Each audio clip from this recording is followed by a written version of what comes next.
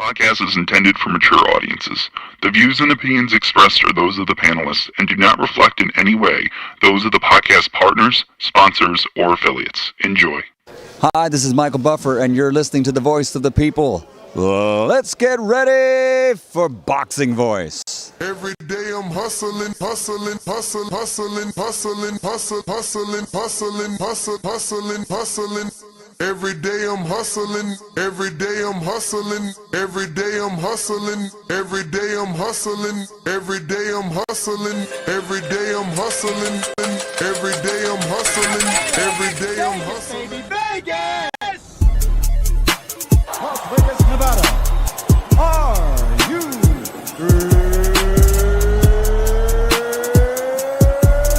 ready? TheBoxingVoice.com. Welcome to Las Vegas, baby. We taking over. Ness Heyman. Mr. Vegas, you are Mr. Las Vegas. I get in every fucking gym. They want me there. TBV presents a ring walk with Danny. Ring Walk Danny. Daniel.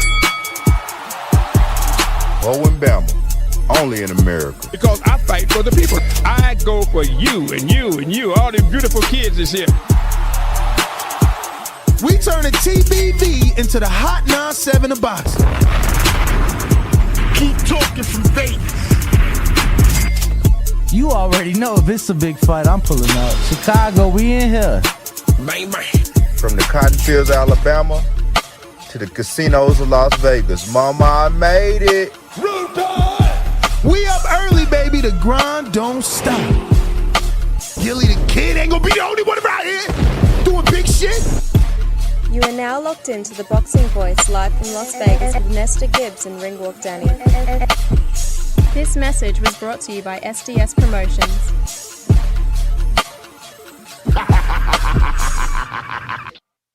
What up, what up, what up, what up? Welcome back, ladies and gentlemen. Welcome back to another edition of the Boxing Voice Radio. I want to apologize off the bat, even though all the podcast listeners would never know what took place. You live individuals that are waiting in the queue, are waiting in YouTube live chat, I do want to apologize. We were actually early today, man, but my Mac had an update, and everybody knows how it is with those updates. You just gotta do them. Who doesn't, right?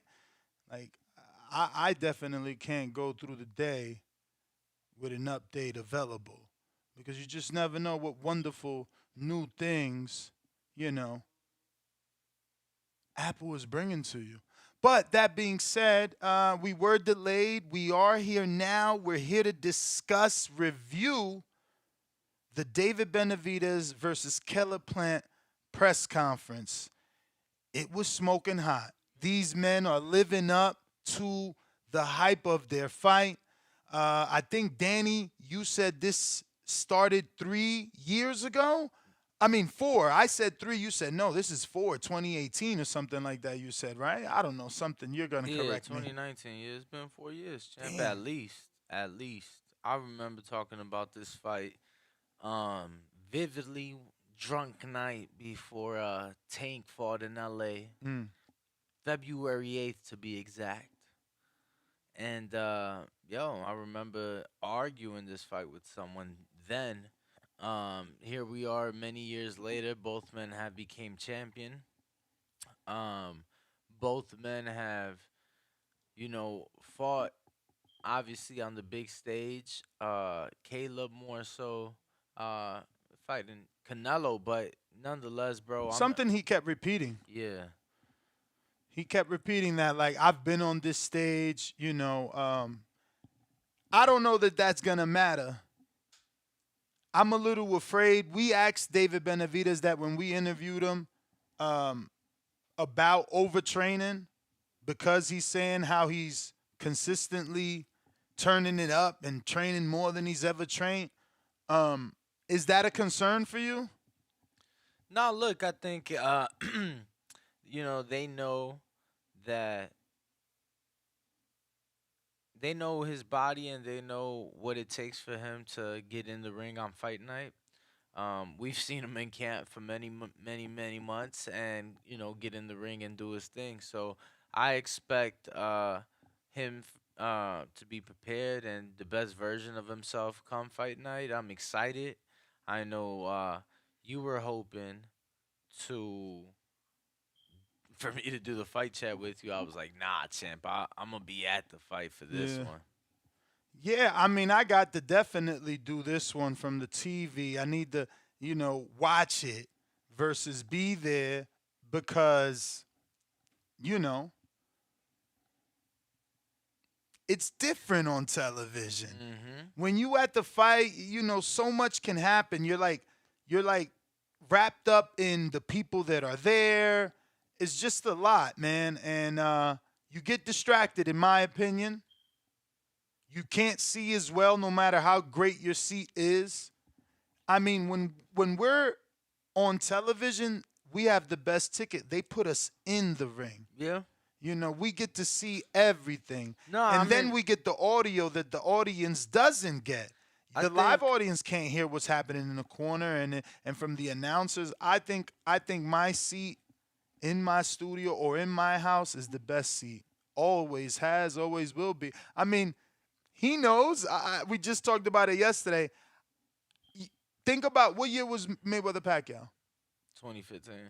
So I had only 3 legit years in the game, right? 2012 is when the podcast or the YouTube channel officially started. The podcast, I think, started 2011 maybe. So give or take. Okay. And I got approved. Not a tent ticket. I wasn't a tent dude. And I gave it to my guy. I don't even know who at this point, if it was Robert or Eddie or somebody I had out here. But I ended up doing a live fight chat for that fight because what the hell do I care about not having a tent ticket, but instead having a nosebleed ticket in the MGM to see Mayweather Pac so I could be like this with binoculars? With all these people that don't know shit cheering for Pacquiao, thinking he gonna win, spilling beer on me, trying to bet me. No. I knew who was gonna win, and I wanted to see a masterclass. And that's what I saw from my television. Yeah, I think for me, totally understand where you're coming from, right? I was just at Tank. And by guy, I mean my correspondent out here.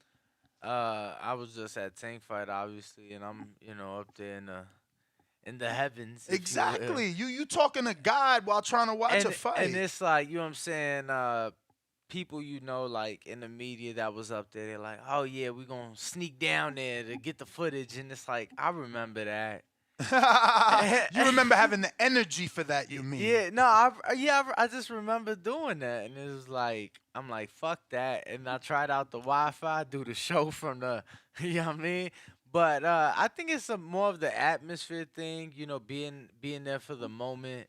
Obviously, I was able to, see it from the heavens and still get the knockout and get excited and, be amongst the people and, see what the people was smoking on because there was a lot of weed smoke in the air. So, yeah, champ, I think for me,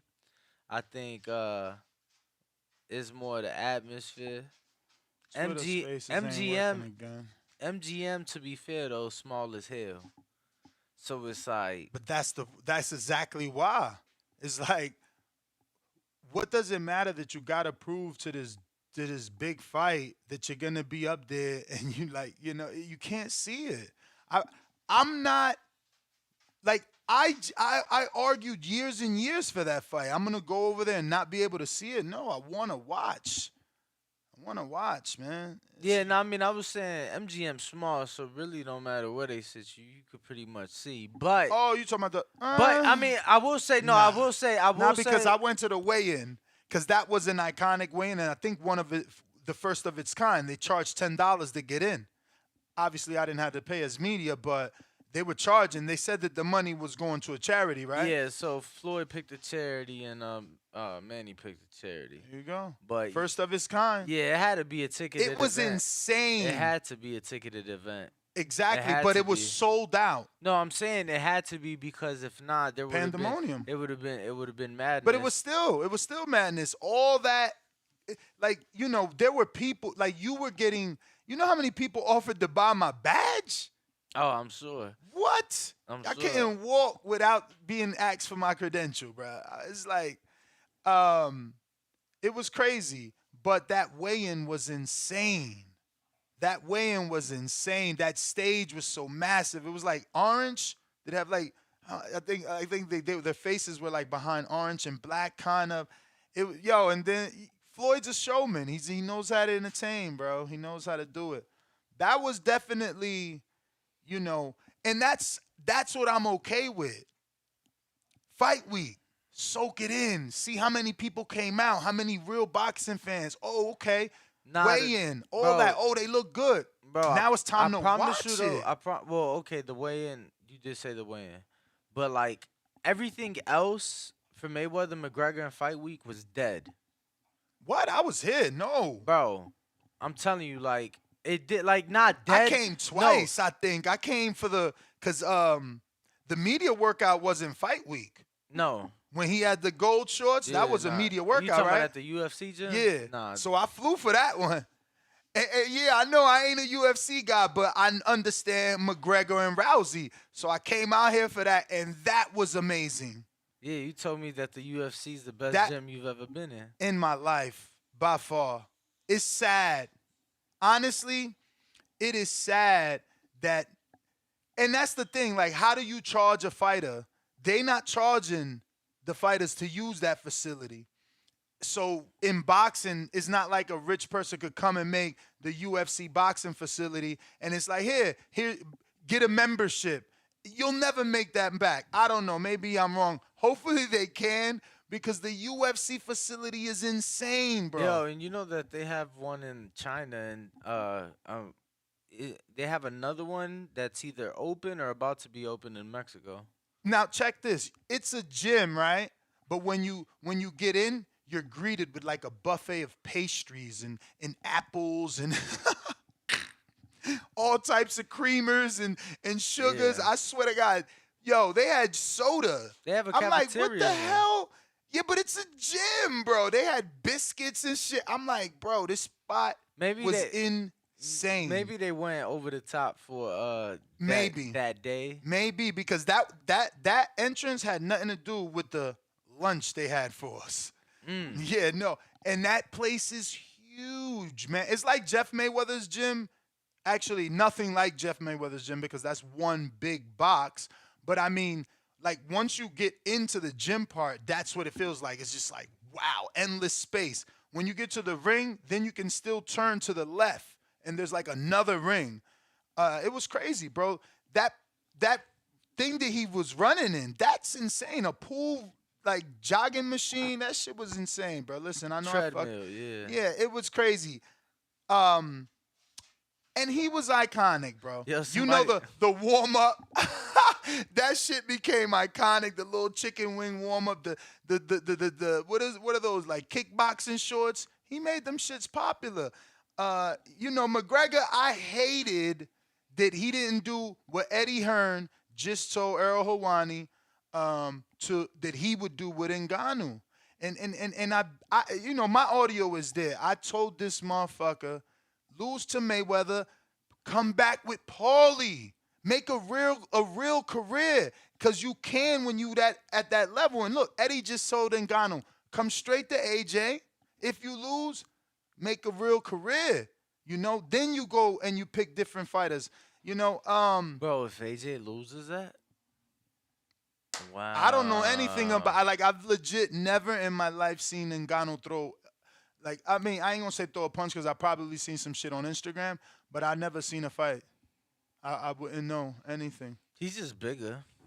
You know what I'm saying? It's just one of those big. He's bigger than AJ? Oh, yeah. But muscles, you mean? Yeah. Yeah. I mean, that's going to look good optically. Those guys are like that. But I bet you AJ goes into that fight knowing he has to box. He's going to know. He's going to understand. I've been there. I seen my muscles were that big once upon a time.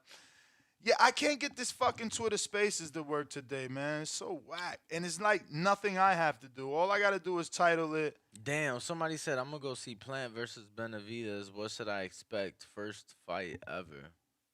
Plant versus Benavidez, what should you expect? First of all, put some respect on David Benavidez' name. He's really pushing. Like, he is the metaphorical slap that Plant gave Canelo in their last fight. If it wasn't for Benavidez, we would be losing interest. Plant is coming into this as the good guy now, and hands in his pocket. It's just weird, you know.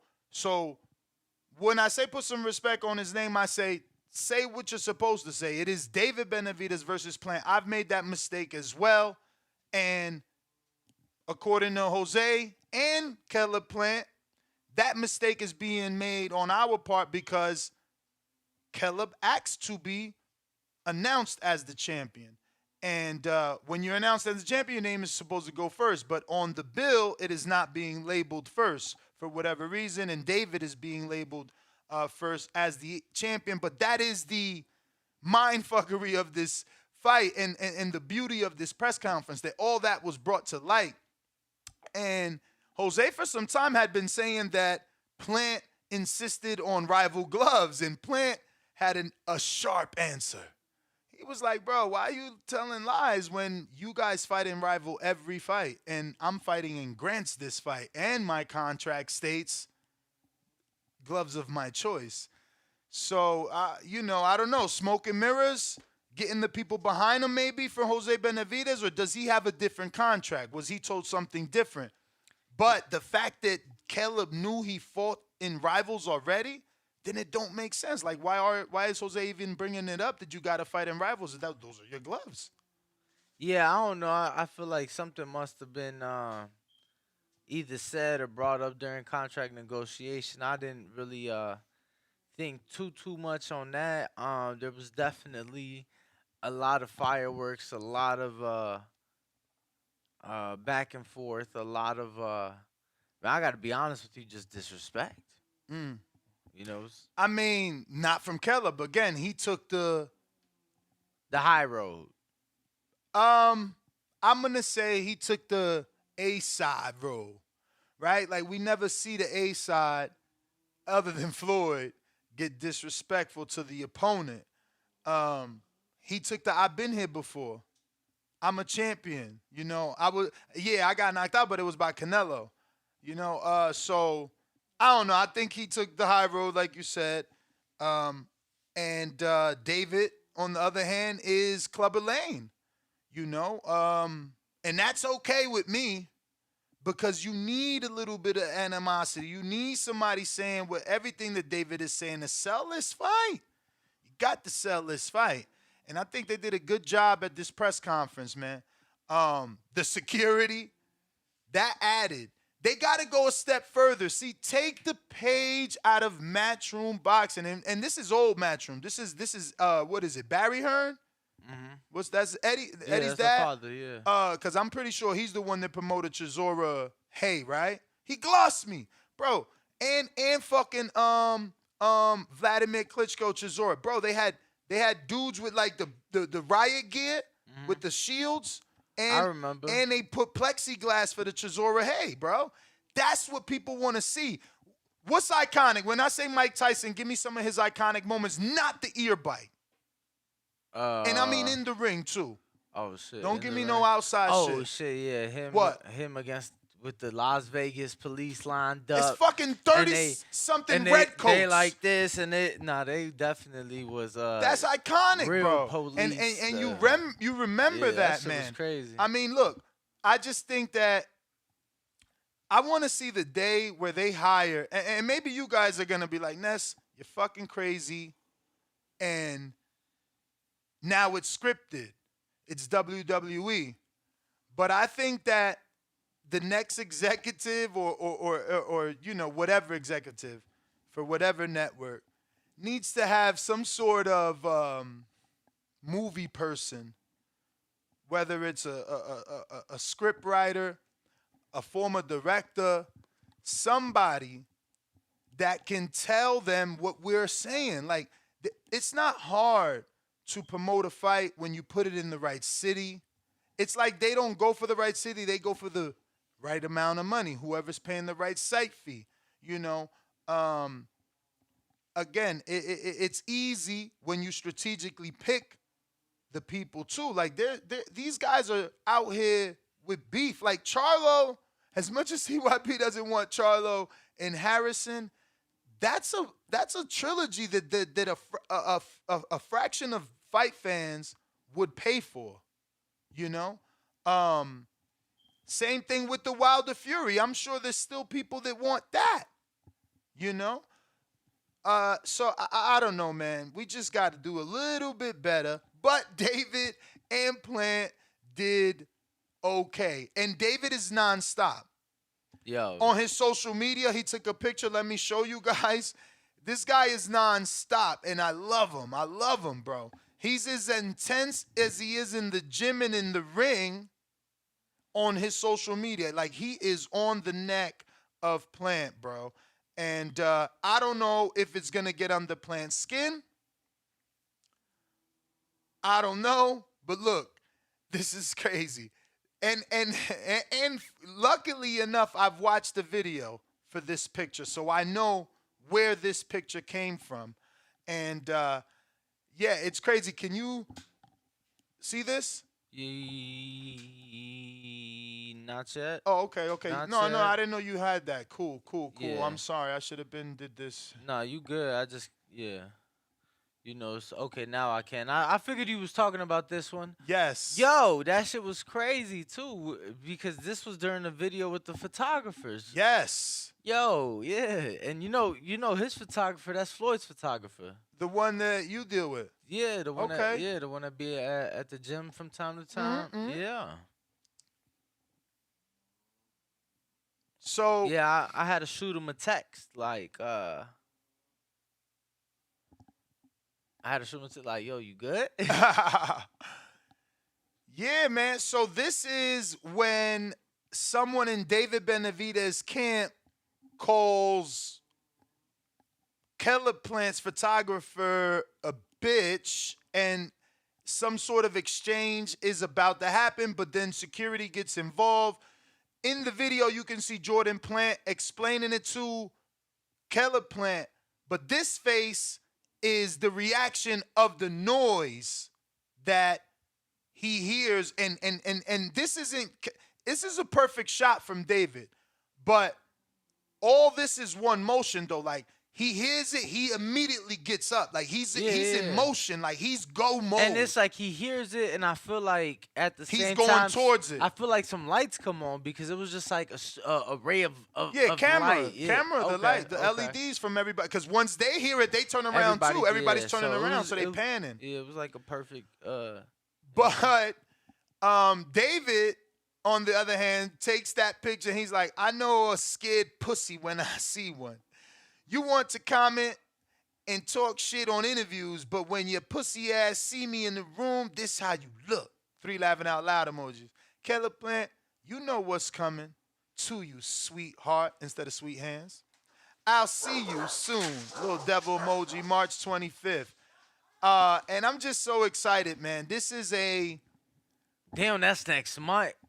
Bro, this is a month away, bro. Is it gonna be cold enough for me to break out the minky?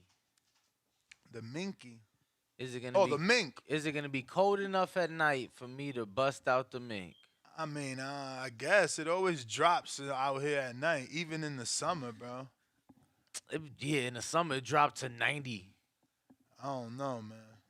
Be getting cold out here. Yeah, you just. But yeah, man, this was a pretty good build-up. We do have the phone lines open on Discord. All you got to do is raise your hand. We're also rocking and rolling on our landline, thank Jesus. And that's 1-425-569-5241. Hopefully everything is working. We finally got Twitter Spaces going. That thing is buggy, man. I know they're trying to blame my man Elon, but I'm going to believe in him, man. I'm going to believe in him. Not that I'm a Tesla driver, because I can't afford that, but they look good. Talking about you gonna call Peter on me. Yo, man, the only Peter we know is the bread champ. Watch out. Oh. Is it mink time or not?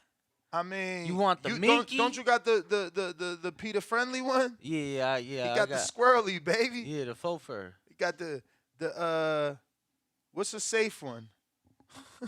Which one they won't come at you for? I don't even think Fox. You can't even do Fox no more, right? No, Fox. That's over. Yeah, bro. Fox for real. Yeah, I don't wear none of that shit, man. You ain't Shit never too expensive. back in the day. What for? Back in the day. No sir. Nah, never Yeah, no man. I ain't gonna lie, bro. American Gangster got to me. Heavily Frank Lucas inspired. Denzel. Minky at the boxing match. That's what got him popped, though. He's like, who the fuck is that? You don't remember? Yo, but they ain't even do it right, bro. The fight was in Atlanta. They did the shit in the Garden. I mean, New York, baby. You know because that's where they was at. That's where they was at. I'm just saying, but the fight was in Atlanta, bro. I know, but like theatrics, baby. You want to sell movie tickets or you want to tell the truth? That's why they say based on, not a true story. Yo, I was just watching BMF, and that should say loosely based on. Let me get to. Actually, let me go ahead and play some of these, and then we're going to get to these callers because I don't want to leave y'all hanging. Let's see. We got to get to a little bit of this. Remember to rate us 5 stars on iTunes. And actually, I seen like 4 reviews. I'm going to have to go look for them. What up? Yo, Raw Dog said Danny Mink smell like Newports and KFC. He never smoked Newports, man. Yo, no, but let me tell y'all a funny story. We in New York, right? We in New York. I got the first little Mickey. Yeah, you remember the brown coat with the hat? With the hat, yes sir. Iconic. Yes, sir. Iconic, yo. So I'm in the city. One of the greatest TBV correspondent moments ever. Yo, so I'm in the city, and of course, Enrique Castro pull up on me, and he get me fucked up at the fight, right? So after, I got the mink on. I'm cold as hell, and I'm really just trying to catch my flight at this point. So I have to, kind of sober up, go in the bodega, spend $16 on some Camel Crushes, and I smoke like 3 squares before hopping in the cab, bro. Oh, you did smoke Newports. They was Camels. It was it was a rough night, and yo, I hopped in the cab. That shit was like $180. From your house, from the Garden to your house, and I thought Ness was gonna be a friend and run me to the airport. He made me catch another ride from his house to the airport, but it was all good. I don't even know what story this is. This was Canelo Rocky Field then. Don't remember that, bro. Yeah, that was 2018. Oof. 2018. I don't know, bro. That was I feel like I'm Barack Obama and I approve this message. He was still in office, champ. Yeah, bro. That was like a month before the inauguration. Subscribe to youtube.com/theboxingvoice for the latest and greatest interviews with your favorite fighters. Yeah, Blase, what up? Oh shit, my bad. We good. Hey, I was y'all hear me? Yes, sir. Yeah, so I was just watching that shit last night, man. Hey, it seemed like Benavidez' father more mad at Plant than Benavidez is. But I mean they both got they both don't like the dude, of course, but you know what I'm saying? It seemed like his father was popping off more than he was, But man, shit, what was I finna say, man? Y'all gotta give me a second, collect my thoughts and shit. That shit was crazy, man. Regardless of anything, man, that shit really got me hyped. And I don't know if y'all remember last time I told y'all I was a casual, turning hardcore with this shit. So CYP, Danny and you, Ness, I'm on y'all ass slowly but surely with this information. Let's go. Yeah, so I was watching that shit last night, bro. What you say? I said, let's go. Oh, yeah, nah, for real. But, yeah, what was I saying? Man, shit, man, I had so many questions, man, that y'all call. I didn't expect to be the first caller, man. Damn, what the fuck? So, I think what I was going to ask, that's what I was going to ask. So, with them rival gloves and shit, man, can y'all give me a little information on that? Like, what's the difference between using rival and using grants? Like, is it preference? Like, I mean, what's the gloves? You It's preference, man. That's So it's just like a preference. different fit and feel type shit. Yeah. Padding, different feel, different padding, different structure, but it's still preference. Okay, just the comfortability, just like the difference between wearing Nikes and Adidas and shit like that. Word, for sure. Okay. Okay. And do y'all know more of the history with them? Danny, wasn't you in the gym? Nah, I wasn't in the gym when it popped off, but I actually one of my interviews has added a lot of fuel to the fire from years back, where Senior questioned the relationship that Caleb had with his daughter, and that definitely added a lot of fuel to the fire. Yeah, Senior said, yo, it's out there in the internet. I ain't make that shit up. Go look it up. So I don't know. Like, I never heard. I just heard his answer on the press conference. Right. So do you feel comfortable giving us clarity? Because I don't know what the fuck you talking about. And then the way you just said it, I still don't know. Nah, I mean, I just ain't want to, I ain't want to repeat what he said, because, But is it out there? Nah. Is it in your interview? No, I mean, all he said was literally what I just said, was that was basically questioning but he didn't give reasons why. He just was questioning the relationship that Caleb had with his daughter, and the reasons as to why he brings her name up during the build up to fights and stuff. So when you say the reasons, you saying that Jose Sr. Verbally gives his I felt like opinion. Yeah, and I'm not ducking the question. It was like 3.5 years ago that I did this interview. I feel like it was something along the lines of basically just to build up the fight, just for the story. But you know what I'm saying? He was pretty much doubting and questioning the relationship that he had with his daughter. And things like that. So I'm gonna be honest, so much so that I sent the interview to Caleb first before uploading it. And what he said? It was green light, but obviously that's added fuel to the fire.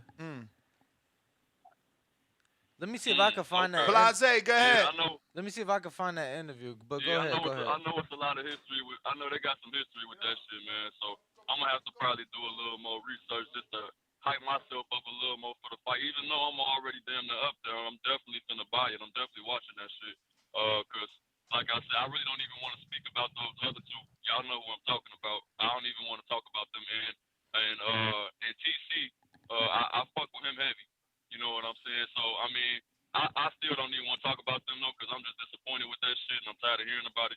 But yeah, like. This is what I'm really looking forward to, man. This fight coming up, man. I told my step pops about it. I sent him the fucking press conference when it was going live, all that shit. So yeah, man, I'm rooting for something in my soul is telling me go for Plant. I don't know why, but it's something about me that just want Plant to win. I don't know if it's because I think he did pretty good with Canelo, but Canelo was just walking his ass down. But yeah, I want Plant to win, and Plant got that he don't even I don't like pulling race cards and none of that. I think we all equal in our rights. You know what I'm saying? Like we all the same, period. But he got that black style about him. He don't box like the typical white boy. I'm just gonna keep it 100, in my opinion. Some people might not think that, but I mean, whatever. But it's just his aura, the aura that Caleb Plant give off, the way he fight and stuff, man. Like I want him to win, but that press conference, the way Benavidez was talking, and I know that Caleb Plant was pretty much taking the high road, you know what I'm saying, and probably just, trying to be more mature with the situation and whatnot. But I had to go back and watch that Anthony Durrell press conference after I watched that press conference just to see the difference between Caleb Plant, responses and stuff like that. And it seemed like with Anthony Durrell, he was getting real, not he wasn't doing a lot, you feel me, but he was talking to Anthony Durrell a little bit more, and the confidence in his eyes and in his face showed a little bit more to me than it did when he was speaking to Benavidez. Like Benavidez is like he got that I don't know, like that, like y'all say, the monster, Mexican monster, like he got that Mexican monster in him, man, and he just ready to take Caleb Plant head off. You know what I'm saying? So, yeah, I'm hoping Caleb Plant get it, but I mean, I really don't care who win, but like I say, something in my soul is leaning toward Caleb Plant. But shit, man, who y'all got, man? Well, definitely, this is a press conference review and not a preview and prediction. But Blase, let me get to some other people. Before I do that, I do want to screen share this interaction with Breadman, but there is a Caleb Plant sighting at this, here we go. This altercation, but this is with Breadman, Danny. Did you happen to catch this? Yes, before the press conference. You should be turning Facebook escaping the show because the other boy got positive. Stop, man. You gotta see what's up. I think, let me see. Turning Facebook escaping the show because the other boy got positive. Stop, man. You gotta see what's up. He said you should be thanking us for saving the show because that other boy popped positive. You should be turning Facebook escaping the show because the other. You should be turning Facebook. You should be turning police no. You should be turning police no. Okay, I hear it perfectly. He said I took that fight, meaning Tyrone Davis, on 2 weeks' notice. You should be saying thank you. And Davis says, for what? And he said, because we took that fight on 2 weeks' notice, that boy Pop. You should be turning Facebook escaping the show because the other boy got positive. Stop, man. You gotta see what's up. Let me see what's up. Look, listen. I'm gonna knock you the fuck out, bitch. Let me see. All right, not much there, but whatever. This is before the press conference, so Actually, you know, I'ma save for all my casuals that I'ma only watch the Showtime press conference. That gem for the betting show. For all my casuals that only watch the press conference, here's a little clippy clip. Before, David's. I ain't really into the labels, but the shoes is definitely fire. No, what? Yeah, no, they fire for sure. That's a Fendi outfit he wearing. Yeah.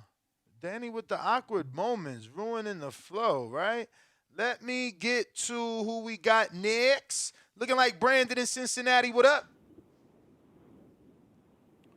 That's Danny, top of the morning. How are you, my brother? What up, man? Good morning. Y'all straight? Yeah. Hey, David Benavidez remind me a lot of Fernando Vargas.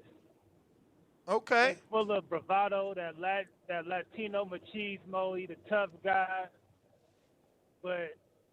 But don't compare him too far. He wasn't rushed though.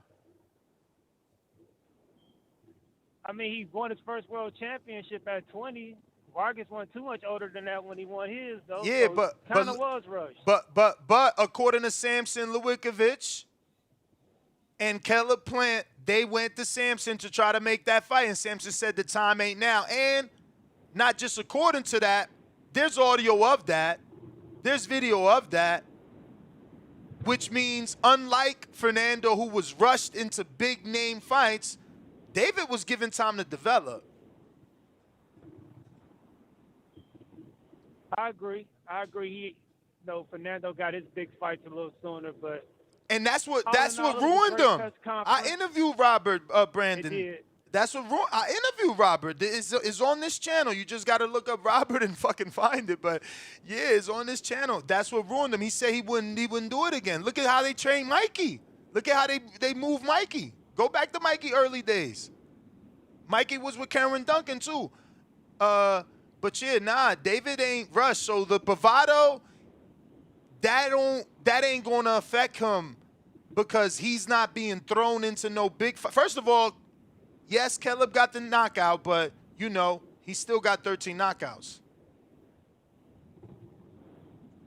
Yeah, for sure.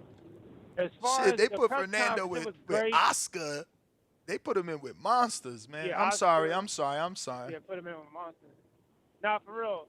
Yeah, nah, you right though. But like I said, as far as the press conference, it was great, entertaining. I like the way how Plant kept his composure. You got to see both guys in true form. You know, Plant throwing little slick jabs about being overweight, testing positive for cocaine. Then you got David. He playing the villain, the tough guy role up there in Fendi and shit. Looking fly. That was a dope outfit, by the way. It was. It And was. I'm excited. I'm excited for it. I'm excited for it, man. Me too. I'm going with Plant though. I'm going with Plant. Like I said, this whole build up is reminding me a lot, like you said, of De La Hoya Vargas.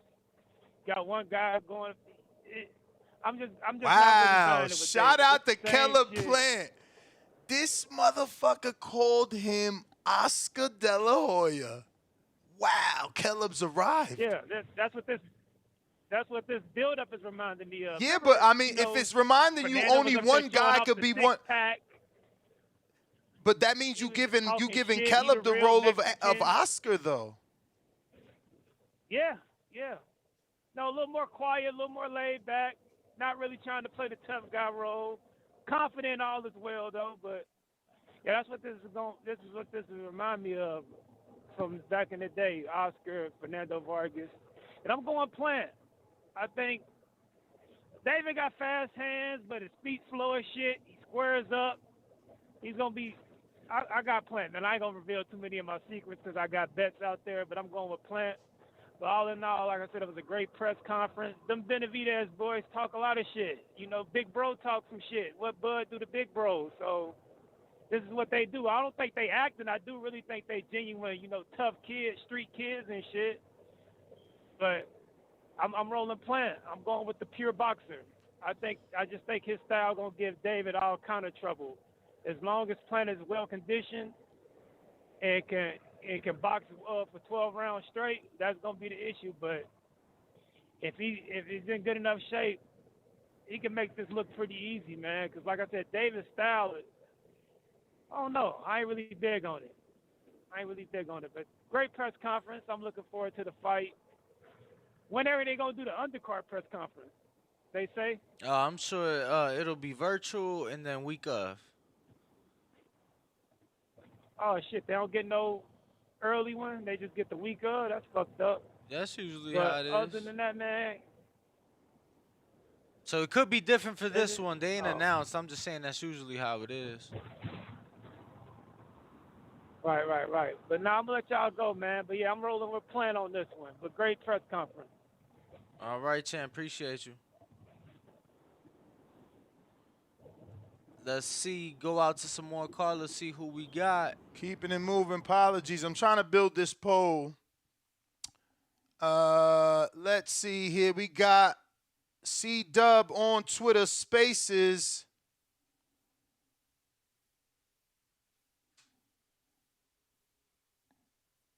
C-Dub.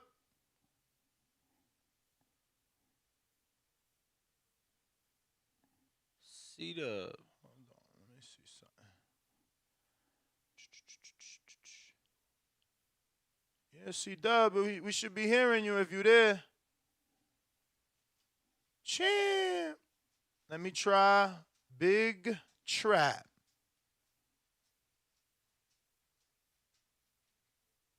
And if you are tuned in, make sure to smash that like button. Make sure to... Okay, there we go. Make sure to smash that like button. Make sure you are subscribed. Who we got? Talk to us. Big Trap. What up? Trap. Yo. We hear you.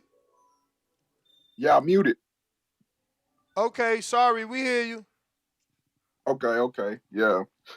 I liked the press conference yesterday, man. I ain't gonna lie. When Benavidez started getting hot, shit, I had to go out there and hit the bag. It's freezing in Memphis. Shit, I had to get on my Rocky Balboa, man. Let off some steam after that shit. That shit fired me up. Who you got in the fight? He dropped off. Damn, Big Trap. What the fuck? All right. I'm gonna go to this new caller here in the 352. Who's this? Yo, what's up? It's Rudy from the Orlando area. Okay, Rudy in Orlando. What's up? Yo, what's up, Nez and Danny? I'm glad y'all took my call because I'm really getting tired of people always saying David is flat-footed. Yeah, it's true, but if he's flat-footed, then Usataki seems like he's in quicksand. That motherfucker's slower than David is. Shit. And he pieced up even though obviously Caleb Plant won the fight, no doubt, but he pieced him up good. I have no doubt David's gonna win the fight. You think a knockout? Yeah, I'm thinking maybe like between the 8th and the 10th, probably like a few rounds before Canelo. Yo, but David doesn't have a 100% knockout ratio. I don't know why people assuming knockout. Like, Plant lasted what? That was the 11th for Canelo? Oh yeah, maybe not like a knockout, but like a TKO maybe. Then like now I the get. ref is gonna Well, stop maybe it, I'm wrong, bro. Maybe I'm wrong, right? Like, Canelo wasn't pressuring Caleb the way that Benavidez in our minds is going to. And Canelo doesn't throw at the volume that Benavidez throws either. That's what I'm saying. Yeah, and David got that. He got that great that good tank, man. He don't get tired for nothing. Well, it seems like he never gets tired. I haven't really seen him get tired. Yeah, that's what I'm saying. I feel like he might box move a little bit, but eventually he's gonna get tired and he's gonna get broken down to the body. I feel that's gonna be it's gonna kill him. His stamina and getting in the body work by David. Let's see. All right, let's brother. See. Appreciate the call, champ. Rudy in Orlando, shout out. We got Elijah in Michigan. What up? You there, champ? Okay, he dropped off. He wasn't ready for that. So let's see who we got on Discord. Looking like C-Dub. Yo, I'm mad they ain't get a real face-off. What you mean? They ain't get a real face-off. I mean, like face to face like that. Yeah, they barely really turned at each other for real, like to even look at each other. I mean, look at all the security they got. That's cool. They could have been between it. Damn, I don't hear C-Dub. Uh-oh. Oh, no. C-Dub. He always got mic issues, though, bro. What's up? C-Dub.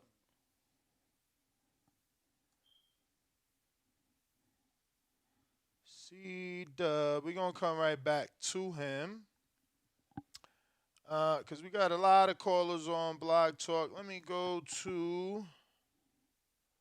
What's this? 480. What was your favorite part of the press conference, you would say, champ? I don't think anything in particular. I think it was just overall. It had a good ebb and flow. They never lost me. It never got boring. I got Ronnie in Phoenix. What's up? Yo, what's going on? How you guys doing today? Chilling. Yeah, no complaints. I haven't got to see the press conference yet, man. I'm gonna watch it after the show with you guys today. But yeah, I'm definitely going for Benavidez. I'm from Phoenix. I'm from South Phoenix. He's from South Phoenix. And I'm gonna ride with the hometown. Overall, I still think that he's got more. He's really more to the table. I give Caleb his props. He's a really good boxer.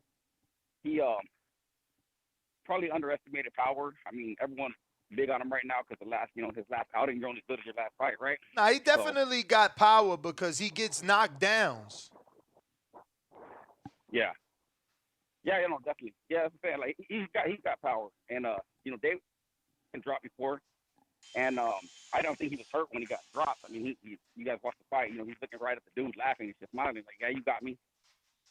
Got up, legs underneath him. You know what I'm saying? I think he's gonna overwhelm Caleb. I think that nonstop barrage is gonna take a toll on Caleb and break him down. I also got a late round TKO. Just from the accumulation of punishment. But Caleb's a great boxer. They got a big ring, so it's hard to say, but that's my opinion. But I'm excited about the fight tonight, man. I'm going to the Glendale fight tonight, man. So you guys enjoy. Hopefully you guys can watch them. Yeah, we're doing a live stream. I'll check in with you guys tomorrow. What's that? I said we'll be doing a live stream for sure.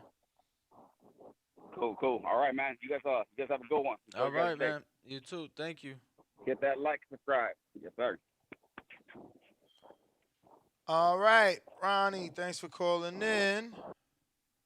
Let's see what we got here in. This is looking like 305. 305. That's Miami. Who we got in Miami calling in? Ernesto in Colombia. Nah, that's not. Oh. Hey, yo, what's up, man? What's up? Yo, bro, I called you. The last time I called you was like 5 years ago, bro. You remember? I don't, but luckily I got your name down, right? Oh, yeah. Dan, shout out to So you. what? I'm like you. I don't change my number. These dudes be changing numbers and shit. Yo, yeah. Hey, no, I've been watching this, listening to this show, bro, like 11 years ago. I don't remember, like from the that time they were with Mike. Remember Mike Yeah, man. in the wheelchair? Yup. Yeah. He's still around. Shout out to Mike. What's up? What are you talking about right now? We just reviewing the press conference from David Benavidez and Keller Plant from yesterday. Okay, no, my bro. The Benavidez is gonna go ahead and fuck him up. You know, like in 6 to 7 rounds, he will knock him out. And I was thinking this is Caleb's last fight. You know. Damn, you gonna retire Benavidez is a him? monster, bro. I think so. You know, he's gonna suffer a lot, bro. Benavidez is a monster, bro. Wow. You know, Caleb will still fight, but not at that level. You know. So, who do you think, if not at that level, like what type of level you thinking? Like, he just knocked out the rail. Class B fighters, you know, like tune-up fights for other fighters, you know. So you Like, thinking he they won't just be gonna at that. use him as a tuna fighter? Yeah. After Benavidez fight, yeah. Oh man. Why? So what? So you saying if they put him in with Morrell, that's a tune-up or a step up after the loss? That would be like Morrell, Morrell got fucked up last fight, you know. I don't think Morrell should be fighting no more. What? David Morrell? What are you talking about? He put his opponent in a coma. Adios was like in a coma for days. Hey, bro, he suffered like a big concussion, bro. What do you? No, that's the opponent, not the guy. You thinking of the opponent? Ernesto, man, what's up? You awake over there in Colombia? What you smoking? Come on, why you got to go to that, Dan? Even though Colombians do love to smoke. Ain't that where the white girl come from? Well, yes, but they prefer to smoke. Oh, okay. Like they smoke. Yeah. You ain't bro, even. Anyway, Ernesto, you done? I don't do that, bro. I will never do that. That white shit. All right, champ. So. Oh, my bad. What? So what? The what? No, go ahead. I thought you was gonna say something. Hey, but we're talking about Morrell is the last guy that fought with Caleb, right? No, that's Anthony Durrell. That's Durrell. I gotta go, Ernesto. I gotta go. You wildin'. Elijah, what up? What's up, TVV? How you doing? What's up, brother? I'm doing good. I watched the press conference, man. It kind of seemed like a simulation of the fight to me. You know, Caleb Plant was cool, calm, collected. Benavidez was, you know, being all aggressive. That's probably how it's going to go in the ring as well. Benavidez has no mic game, bro. I'm sorry. Everything he said sounded like it was coming out of a sixth grader's mouth. And Plant was just, you know, Plant is a little older, so maybe there's something like that at play, but everything he said just sounded weird, man. Like, you got slept by Canelo. Like, I'm pretty sure that was technically a TKO, wasn't it? Like, he did not get slept. So I don't know. Just everything. And the rival gloves, like, they were just not having a good day on the mic, man. Him and his dad. His dad needs to shut the fuck up. His dad was bothering me. But, yeah, I still got the fight at 50-50. I think there's a chance that if Benavidez comes into the fight too emotional, that with whatever power access Breadman has been giving Plant, like tips on accessing his power, if Benavidez comes in too emotional, he could get caught with something. That's what happens to a lot of guys who predict an early knockout. And they sound all mad and shit. Like, that's what happened to Tio, Tio said, I'm going to knock him out in the first round. He's the one on the canvas in the first round, Like, that happens to a lot of guys. So I think there's a chance of that. But overall, I think it's still 50-50 because, this is the first fight these dudes have had with someone like this. I don't think Plant's ever fought someone with this level of hand speed and power, like that combination. Canelo's, had that power, but he doesn't throw as many punches as David Benavidez does. And Benavidez has never fought someone that's slick. So I think it's one of the best matchups out there right now. I think it's a great match, and I'm really excited to watch that shit, man. That's my piece. You guys have a good one. Peace out. Let's go, champ. Appreciate the call. I got Big Supermax, Plainview, Texas. Yo, what up, Ness? What up? Bro, Danny? y'all still in the blizzard out there? What the fuck going on in Texas, man? Well, in my part, the sun done came out today, so that's good. I'm good where I'm at. But no, man. Hey, this was a fire press conference. This is the shot in the arm we need. We need a bad blood. People love the bad blood. Brandon from Cincinnati's coming from when he try to, it does give you a little bit of the memory of a Vargas, Trinidad, and De La Hoya. But you got to remember, by the time Vargas got to De La Hoya, he had already been through wars with Felix Margarito, Trinidad. He fought Ike Corte to a tough fight, Yuri Borcampas. So he had been through battles early on already by the time he got to Oscar. So that might be a difference. Right now, I'm leaning 55-45 David just because I think he's in danger of, if he can't control the emotions, of Plant taking advantage of that. We got to remember, Plant has been under the lights before as the main event. David's been in big situations. He was at Cowboy Stadium for the Errol Spence Mikey. 40,000 people, huge ovation when he came out. Definitely a lot of bad blood. I think right now, though, if David can keep his composure, I could see him winning late round stoppage. He's got a very stay on you type of style. But overall, man, this press conference was great. I think the whole build up leading to it is great. I was expecting a little more from Caleb Plant though, but I think it's very calculated to stay calm, not come as aggressive, and just let David kind of burn more energy being aggressive like that, man. But overall, I think this is a great fight. I'm excited for it. Excited for 3 more weeks to be down there in Vegas with y'all. Big fights ourselves coming up, man. So it's gonna be a good little month and a half of boxing, guys. We'll fight. Oh, Border Boys. Yo, who you fighting, Max? Jerron Wolf from I'm Louisiana. Jerron Wolf, man. Who in your corner? From Louisiana, Chubby-weight titles on the line. Yo, he's working hard. I'm working hard. Who in your corner? Probably gonna be my brother, more than likely. Yo, that's kind of always my go-to. Yo, you know how they call us the Haney voice, right? Yeah. Yo, so you've seen our footage with Church, right? Bits and pieces, yeah. Yo, can I be your Church? Can I be there in support and in the corner, champ, and just hyping you up during the fight? Oh yeah, hey.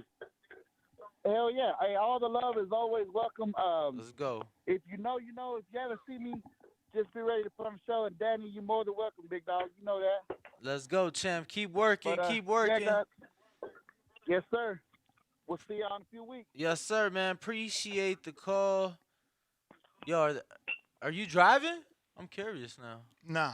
Damn, why not? Not right now. No, I'm saying, like, are they driving down here? Oh, I don't know.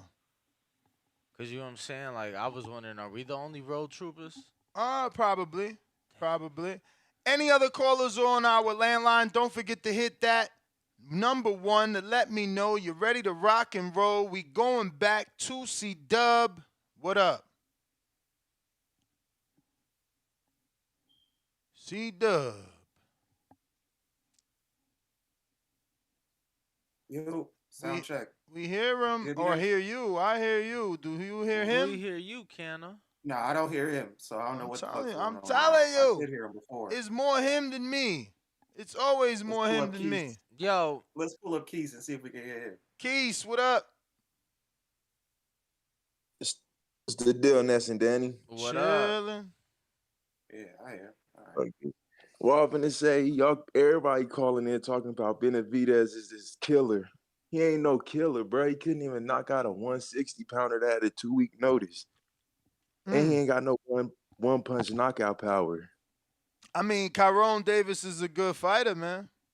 But yeah, he is a good fighter. But if you're supposed to be this Mexican monster and you can't stop a 160-pounder with 2 weeks notice, then you not this big monster then. I mean, the whole 2-week notice is, that's just to sell because, again, Tyrone Davis is a good fighter. A lot of people bring him in camp. So he's really never out of shape. And, he takes his music career pretty serious, so he stays in shape. But we not talking about music. We talking about elite boxers. And we talking about Benavidez that's supposed to be this big time monster. And look at the fight that he had. Look at the fight that he had with Benavidez. That shows you maybe your opinion of Tyrone needs to change. Well, nah, it ain't that. It's no. Chiron is a good fighter, but if y'all putting Benavidez on this high pedestal and supposed to be this Mexican monster that got this knockout power, then you feel me? Chiron Davis is not on the level as Benavidez, right? Yeah, I mean, one could definitely say that. So I mean, if a nigga not on your level in that ring, if a nigga not on your level in the ring, get his ass out of there. But he couldn't. He didn't even hurt him. But that's what they said about Mayorga, though. And not just that, but the thing is that at this level, you in training camp preparing, you know what I'm saying, for a guy, so you get a last minute replacement. Now you got to prepare for a different look. He still got the job done. And at the end of the day, unfortunately, in the sport, some fighters fight down to the level of their competition. So in this case, it could have been somewhere it's like he lost motivation, whatever the case may be. Look, I think that he's definitely got enough for this one. I think we'll see the best version of both guys, and I think it's gonna be a fight that the fans will remember for years to come. I got playing boxing the ears off that boy. But all right. Champ, appreciate the call. Appreciate the call. Yep. Like and subscribe. I do get what he's saying. If you a monster, you should be knocking everybody out. But that's what I said earlier. Like, he don't got this 100% knockout ratio. So for people to think that he gonna knock out Plant, Plant showed me he's elite. I guess I'm wrong there too, man. I thought. Because he did so well, but I keep forgetting. That's how well he did. I keep forgetting he did get knocked out. It was a TKO, but up until that moment, I was impressed. I was impressed. Some people had him up. Yeah, so I feel like he worked on that. His stamina, that won't happen again, is what I want to believe. Like, he tired a little bit, and because of that, Canelo was able to catch up. But if he was, I think other than that, he probably could have. I thought he was going to win, man. I thought he was at least go to fucking 12. I bet 12. I bet go to distance. I ain't care who won. I bet distance. I didn't believe Canelo could do it. C-Dub trying you for like the 5th time. Numero 5. My man goes from Twitter to Discord. He can't get it on either. Hello. All right. Jose Moreno, show him how it's done. Dímelo. You got to unmute, Jose. I see your mic muted. There you go. What's going on, guys? What's going on? ¿Qué pasa? Chilling. I'm just calling in. Man, that press conference had me hyped, bro. I was out there throwing jabs with my big ass.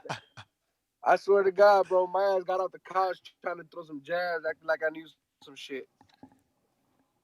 But I got the fight 50-50. I feel whoever could set their presence and whoever could set their style in the fight, I feel like is going to take it. But a lot of it, I feel like whoever's giving this 100% for David, I feel like they're judging Caleb Plant off getting knocked out by Canelo. but I feel like that could also be a mistake because if you remember, when Canelo fought Lara, before he fought him, Lara had gotten dropped by Angulo, so everybody thought it was gonna be a walk in the park for Canelo. Oh, he gonna knock him out. He gonna knock him out. And look what happened. Lara gave so much fucking trouble to Canelo. That's true. So I have a big feeling that Caleb Plant can surprise him, and let's be honest, his power's been looking decent. I mean, whatever Breadman's doing with him, it could totally have an effect. I mean, look at Tyson Fury. The man had no I mean, power. I don't think it's Breadman, though. We got to stop that because he got the knockdowns on Uztatigi without Breadman. And then, you know, he didn't knock out Canelo or drop Canelo. So that didn't show nothing. So then he comes back after Canelo and shows you the same power. It's placement, man. It's placement because he gets knockouts. I don't think it's anything special that they're doing. He got legitimate power. It's about Caleb is a boxer, so it's about, are you gonna commit to that punch? And when you do, that's what could happen because he does have power, but he's more of a boxer. So we think he ain't got that power because he's back foot mentality being cute. Yep, you're right. And then again, also Canelo's chin is just on another level. I mean, Triple G couldn't knock him out clean shot. So, but that's my call, man. And everybody like the video and subscribe, man. Thanks for calling in, champ. Yeah, Thanks, man. I think definitely sure that Supermax said that Caleb has been under the lights with Canelo, and maybe that anxiety tired him down, which I do believe anxiety factors in, absolutely. So that was the first time on that huge stage. It was. And, right when you think you're doing well, you're having this conversation telling this guy you probably, watched all his fights and you're like, yeah, man, I'm doing good. And then all of a sudden that guy turns on another level and he comes at you. That anxiety also kicks in, the being under those lights. And I think Supermax has a point. Like, he's been there now. But let's see. Can you remember anyone that we can say give the same, man, how do I phrase that? The same thing as Caleb, where maybe the anxiety kicked in under those lights. Do you remember that happening another time with another fighter? You talking about like how it did, how you feel it did in the Canelo fight, right? In the Canelo Plant fight, right? So you're saying, can I recall another experience? Damn, bro, I'm trying to think.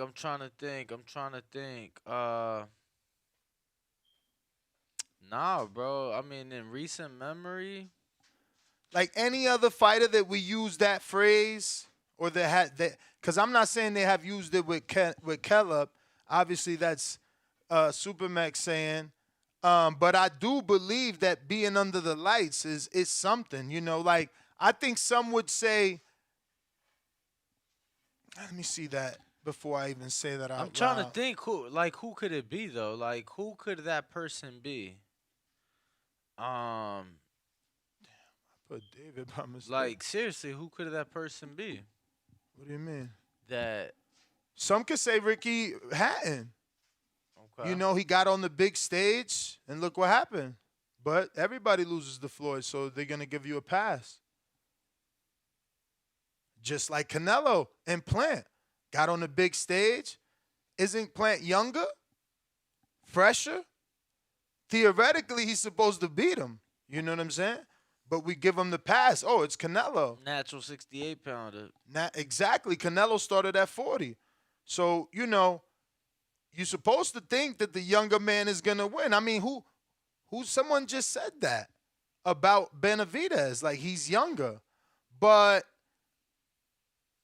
Yeah, I'm pretty. Look, well, Benavidez is no, younger. no. Toyota Center. How much do you know about Danny Garcia's career? Because he fought on big cards, so maybe you watched the main events. No, But none of these look big. Okay, this does though. MGM Grand Las Vegas Wait on there. 2008 November 22nd. That's got to be big. Then again in MGM on 9/13. Those are Floyd dates. No, November. Those are Floyd dates. November 22nd was Wilder Ortiz too. Man, you tripping, man. 2008. Oh, you said 2018. I did? Nah, 2008. I thought this Floyd's dates. 2019, These I are Floyd's thought. dates. Okay. These are Floyd's days. Look, he fought Tyrone Wiggins in Las Vegas on 9/13. And remember, he was also with Golden Boy. So was Oscar still fighting? Who are you talking about? Danny Garcia.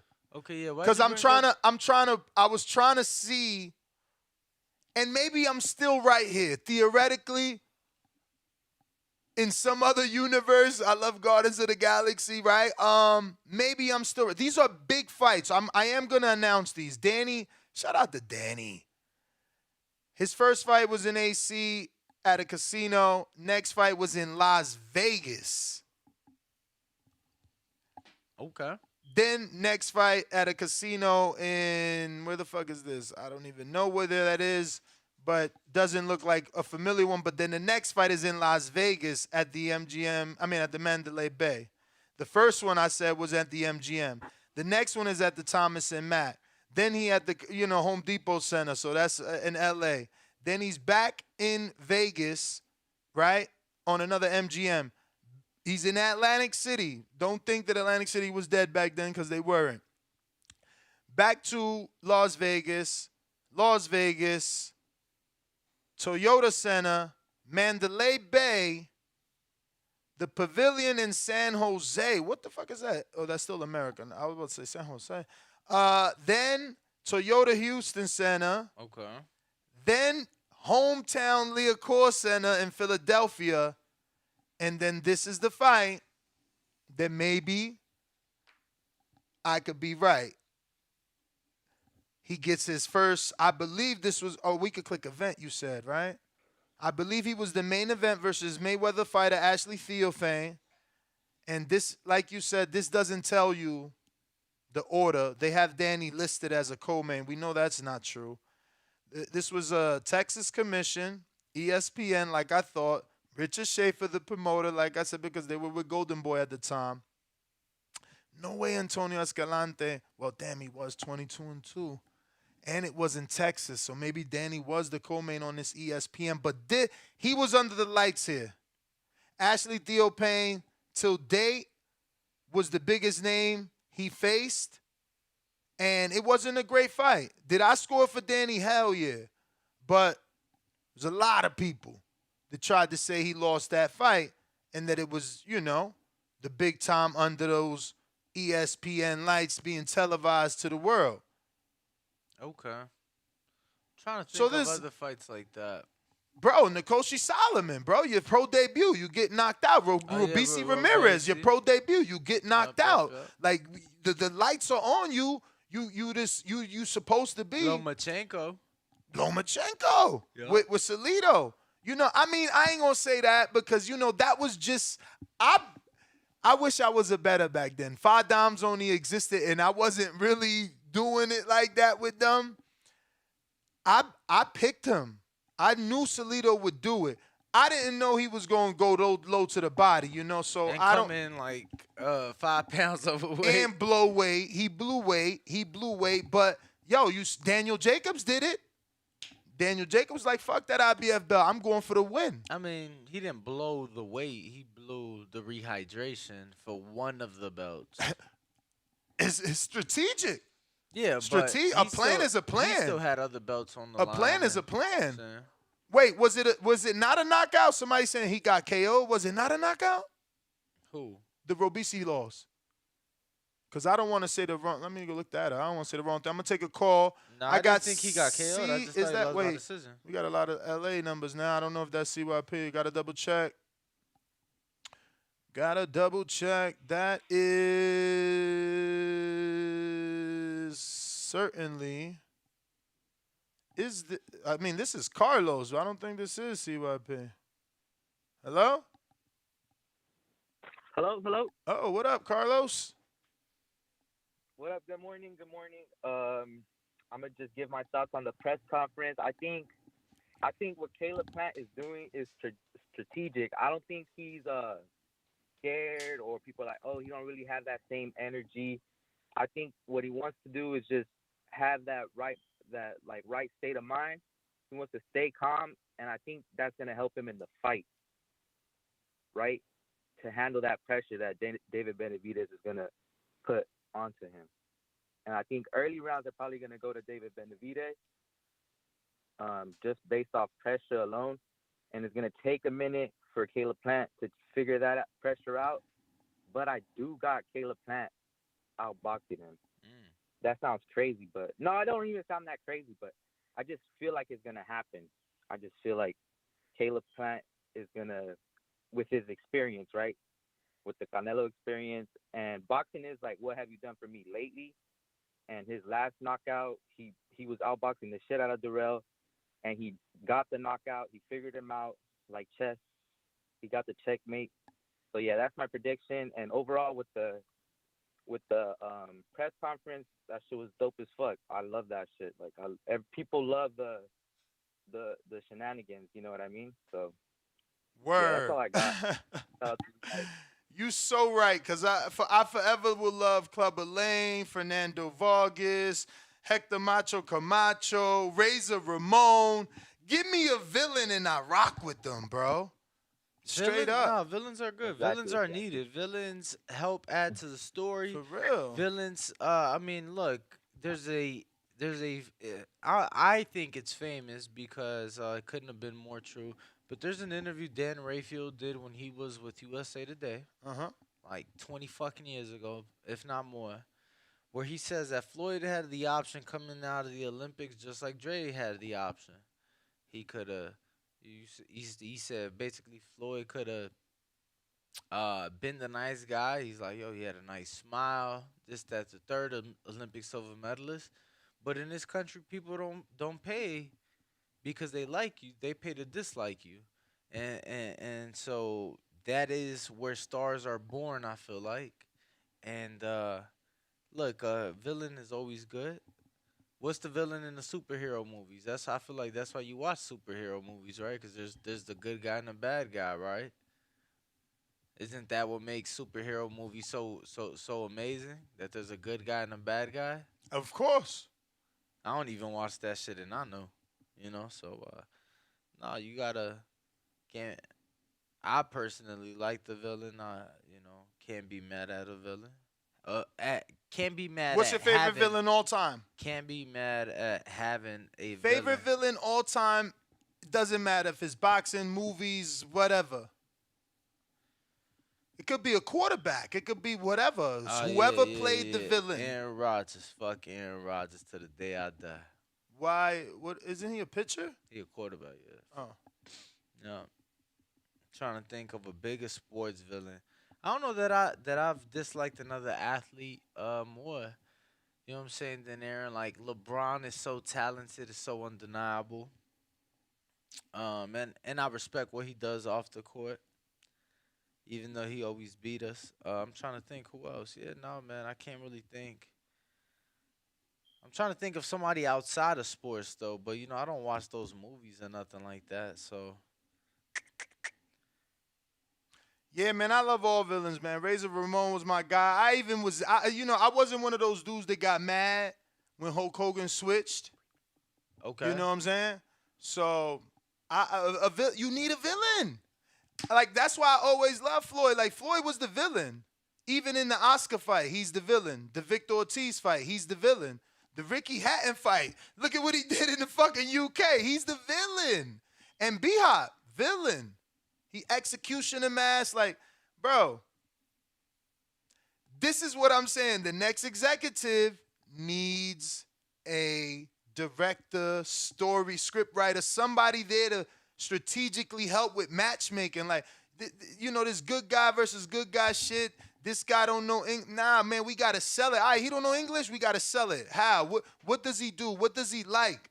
Let's get into his life. And HBO used to do that. I'm not making shit up. Like, you remember they had Ring Life? Like, that's how I knew Terrence Crawford was struggling to make weight. They had the dude in a sweatsuit, a sauna suit, towels, hoodies, Bro, put him in a fucking he Ziploc lost like bag. 15 pounds in 8 hours. Exactly. And I seen, oh shit, my man did all that to fucking do this. That dude is fucking dedicated. That's what I thought, bro. So, we missing that. And Matchroom started giving us BTS footage, but it's different. They don't understand it. They need to connect with us, and we need a voice. Like, it's cool. I fuck with Thor, but that's one movie. I can't hear that shit every day. Like, give me somebody I could connect with. I don't even, like, we were saying that yesterday. Where was Ak and Barack yesterday? Because the dude doing the weigh-in, I'm just looking like. And there's nothing, that's not a sign of disrespect, because Showtime does Latino broadcast, American broadcast, you know what I'm saying? Yo, give us an American cast, man, that we could rock with. Jeez. But, damn, my new caller in fucking California dropped off. We talk too much. You never shut up. Let me see. We going to the 978. 978. Who's this? Let me see. 978. This is Sway in Boston. What up? What's going on, fellas? How y'all doing? Chilling. Straight. Yeah, guys. So first and first, the Joker's my favorite villain. Which Joker though? Second, Jack Nicholson, Keith Ledger. Keith Ledger, yeah. Yeah, let's go. You a champ. Yeah, he's the guy. Everybody on Nah, Joaquin Phoenix, man. Get out of here. He ain't the best. It's definitely Ledger. Yo, I seen dude, and it's Joaquin. But Joaquin? Yeah. He's Puerto Rican? I mean, I figured he was Latino with that name. But yeah, bro, I seen that he was in the Joker, right? Yeah, he was the Joker. He was but the movie Joker, right? Yeah. Yeah, He's not the best Joker, though. People trying to play him up. Yeah, I actually saw that. Let me tell you, I saw that during the pandemic. That's like one of the few superheroes. I give that like a solid like 6.6. Yeah, no, people loved it. But go ahead, champ. I ain't love it. It was cool. I said people. So reviewing yesterday's press conference is the topic. So I liked it. And then the conversation that we're having, like, somebody needs to be the villain. I liked how it naturally happened, how David Benavidez just took the bad guy role, and Caleb Plant just trying to keep it professional, naturally took the good guy role. So that was pretty dope. I liked it. It's a good setup for the fight. I like how Caleb Plant talked a little shit, didn't go in as hard as he did on Anthony Durrell, I mean. But it's going to be a good fight. I think it's only the first press conference, and I kind of want to already see what's going to happen on the second one. Word. That weigh-in. Yeah. That weigh-in is going to be crazy. They better take my idea right now. I said it now. Put the plexiglass at the weigh-in, bro, so that David could fucking spit on it and bang on it. What? Let's go. They did that recently. It's not a bad idea. The weigh-ins They is did gonna that be crazy. recently I in wonder the how much UFC. Yeah, man, come on, man. That's what I'm saying. Yo, they need to hire somebody. You got to play it up. People will share that more. Like, yo, you seen the weigh-in? They had to fucking put a wall between these two guys. Who is that guy? Who is that guy? That's what the fuck they gonna do. But you dudes don't know how to do shit, man. But whatever. Thank you, brother, for calling in. Yeah. Nah. Thank you, guys. Thank you for taking my call. Nah, for sure. That's why they won't give me the job, because I call them on their shit. I tell them how garbage they are. Gemini, man, I got ideas flowing out. Yeah, I'm sure like that's why. Like these. Line 6, Reed, what up? Hey, what's going on? So as far as the Caleb Plant and David Benavidez, I'm going to roll with my guy, David Benavidez. I think the dude just got power. I remember watching a show about how he used to be like a little fat kid and stuff like that. And so, you know, and look at where he's at now. Plus, he's out here in Washington training all the time. So, you know, I'm a roll with the Washingtonian. But Caleb Plant, he is nice. The only thing I lost a little bit of respect for Caleb Plant when he was fighting Canelo. He in the middle of the ring trying to get that dude's approval while dude is whooping your ass. I'm good, right? You think I'm good? Like, come on, dude. Put all that. Nah. So, I never I'ma looked at roll it with like that. I never ever looked at it. I disagree. Okay, well, how was it? Enlighten me on how what he was trying to say then. I mean, I'll say it once What you're was he- done what was he because of doing? the background noise. I'll let you finish and then I'll give you my thoughts. Oh, okay, but yeah, so that's why I'm not too high on Plant, but I think he is a undercover brother. What? He's a brother, man, in a white dude's body, man. I like it. I like his swag. I give him that, but he ain't messing with Benavidez. Hey, but I got a question for you and Danny both. Hey, if Boots was to hang up the gloves tomorrow, yes, no, he's a first ballot Hall of Famer.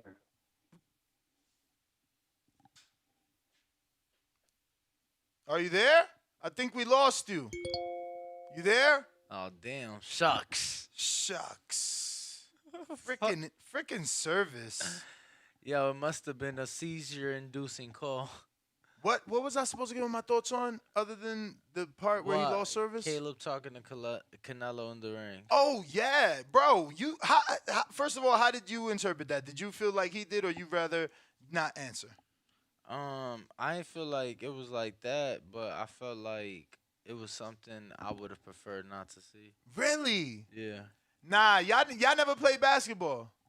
Y'all never played like that's being competitive. Yeah, but it's like you do that when you jabbing his face up, like, yeah, motherfucker, like when you got that stick on him, like, yeah, Bruh, but I'm pretty up good, until- huh? Not Pretty good, huh? And you see, I see it differently. I see that up until he fucking said that, he triggered Canelo. I think he shouldn't have said it because Canelo would have stood in that gear.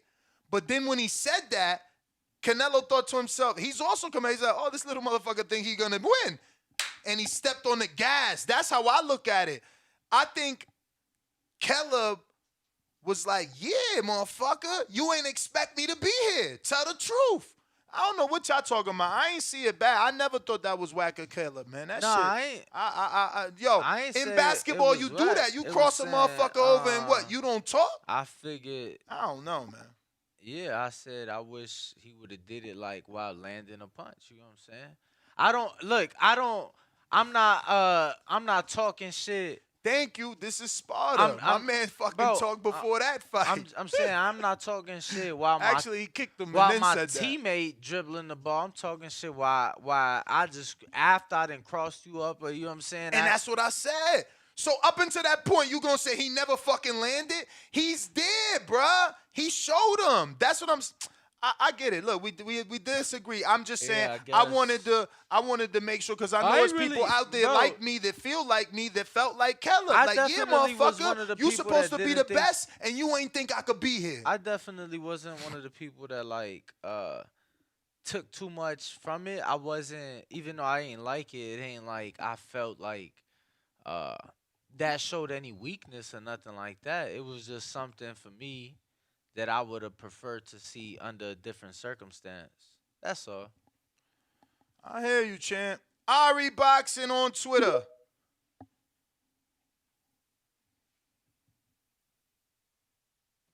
Good morning, gentlemen. How y'all doing? Can you hear me? Yep. So yeah, Caleb Plant going to sleep in the 7th round. You could book it, put your money on it. Benavidez is a beast. He said I under think. 6. Listen, I on the 7th. Nah, I'm talking Seventh round. about Benavidez said under 6. Well, I'm gonna bet on the 7th. I listen, Benavidez. One thing that I've noticed about him, it's like sometimes when he gets hit, he smiles at you with that crazy look and just steps on it even more. You know, he becomes more aggressive. Listen, I think Caleb Plant is true. I've seen like that. You know what I'm saying? That's the villain in there. I know he's fun. That's what I'm saying. He's fun to watch. He gets hit. He smiles at you with that crazy look and just keeps on coming. I think Caleb Plant is a good boxer. I just don't think he's gonna have enough in the gas tank to stand up to Benavidez's power, the combination, the hand speed. I I'm saying between 7th and 9th, Caleb Plant is done. Damn. Yeah, he's gonna get Bro, cooked in but my opinion. he's only And shown look, and these you. dudes. I'm just saying he's Go only ahead. shown that he could slow down in a Canelo fight. He hasn't shown that he could slow down in any other fight. Then he comes back off of that fight and looks probably the best he's ever looked. Like, why do you feel, the way that you feel? No, but there have been other fights that he. I mean, yeah, but listen, but here's the thing, right? So think about it. Canelo doesn't throw as many punches as Benavidez, Yeah, and but Canelo's not. but I mean, he's like a prowling fighter, I know right? what you're saying because I said But the he's same. The pressure's different. That's what you're trying to say, right? yeah, it's like different. Yeah, it's like different kind of pressure, All in my right. opinion. But which one you think is greater? Ari, The pressure? Ness agrees. He's just, you know what I'm saying? He agrees. No. He's just trying to find a difference. No. I think Ari, what you were supposed to say, the correct answer was the correct answer. The correct answer was dogs, stay the correct answer was Ness. It's so hard to deny a guy that has knocked out every single man he stepped into the ring with. That's the correct answer, right? Because like, who's knocked out every guy? Benavidez hasn't knocked out every guy he stepped into the ring with. Really? He got 100%? No, he's got he's got no. What I said. Most of the knockouts. But yeah, the only person he ain't knocked out was Ron, and then he knocked him out in the rematch. So as far as I'm concerned, he's knocked out every guy he stepped into the ring with. Oh wow! So similar to Wilder, it's kind of hard. See, that was the correct answer. You see how you got him googling shit, Ari. You have never said nothing out of your mouth that made Ness question it so much that he had to do some research. That was a simple answer. You talking about the styles? No, ain't got nothing to do with it. That's the answer. Ness agreed. He just wasn't trying to go down that lane. Nah, but it's three people, bro. Who? It's 26 and 23, bro. Oh, damn. So, yeah, he's got 23 knockouts. So he's got 23 knockouts with 26 wins. Who else? Let me see. Oh, he on a run, though? Is he on a run? Oh, he on a run, y'all. This what they don't do. Why Brian Custer, and I ain't picking on you, Brian, because I know you ain't the researcher. He's supposed to have, what's that called? Like a copy editor that does all the running around? He giving a script. Yeah, your copy editor's supposed to be like, yo, David Benavidez is on a 1, 2, 3, 4, 5, 6 fight knockout streak. You got to talk about that. Who was it? And usually Brian Custer is pretty good with that stuff. Who was it outside of Ronald that he went the distance with? It was Ronald Graville. It was early in his career. And Dennis Douglas. Shout out to the Mama's boy. Did he drop Mama's boy? Oh, you know Douglas was down in the 9th round. Okay. And then who else? Yeah. Got to be early in his career. I'm going down. Yup. Ooh, who the fuck is this guy? Someone in Phoenix, man, that has never. I mean, this dude is 2-11 now. When he fought David, let me see. I can't even pronounce his name. He's from. I don't even know where that country's from. All right, I'm gonna go ahead and just. Come to find out, he's from West Virginia, guys. So he was 1-6-2 when David fought him. And how many fights David had? David was, I don't know, 1, 2, 3, 4, 5, 6, 7 fights in. Okay. But they brought him up slow. He had 3 debuts in those 7 fights. And remember, he was a kid. You know what I'm saying? He was losing weight and all that stuff. But they didn't know. The matchmaker fucked up, bro. It was the matchmaker. This guy only went on to win 1 more fight since. But, I mean, it ain't like people, only one man has knocked him out. They need to give this guy more fights. Yeah, so it's probably one of those guys that are just, they don't win, but they don't get stopped. Yeah, we've seen plenty. I wanted to say something else. I do agree with you guys. I think there should have been a face-off. I don't care if they put, like you were saying, like a glass between them, or if you put 2-3 securities between them. I don't care. We needed a face-off because, I mean, the press conference was good. David Benavidez was hyped. He kept getting out of his chair, and he wanted to get at Caleb Plant. We should have definitely got a face-off and have those guys talk even more shit. Nesta, he stopped Mama's boy, champ. Oh yeah, it says 10-10. I ain't TKO. checked. Yeah, it says TKO. Okay, so who was it that went? I guess it was that other guy that I told you, Azmat or Marazad or whatever the hell that is. And Ari, you done? That's Oh my call. shit! Thank I you guys. lied. Bro, he ain't even stopped Ronald. He just beat his ass the second fight. So he went twice Bro, the why the distance. fuck I thought he stopped him? What the fuck? Bro, you've been saying so much wrong shit about that fight. What I say about that was wrong about that fight? That he stopped him. Just like I said that he didn't with Douglas. Yo, I got Brandon in Houston that says, y'all can sit here and use all the mental gymnastics y'all want to in order to create a scenario where Plant will beat Benavidez. Will not happen. Benavidez is going to stop Plant in 9 rounds. Red flag, red flag, red flag. Okay. And that's a members only chat. Shout out to Brandon for being a champ. And that's 23 months in as a champ, man. Damn, Brandon, we've been friends, I guess, longer. Because that's just when you decided to go members. Let's see, who's this? Goody Money Rico. What up?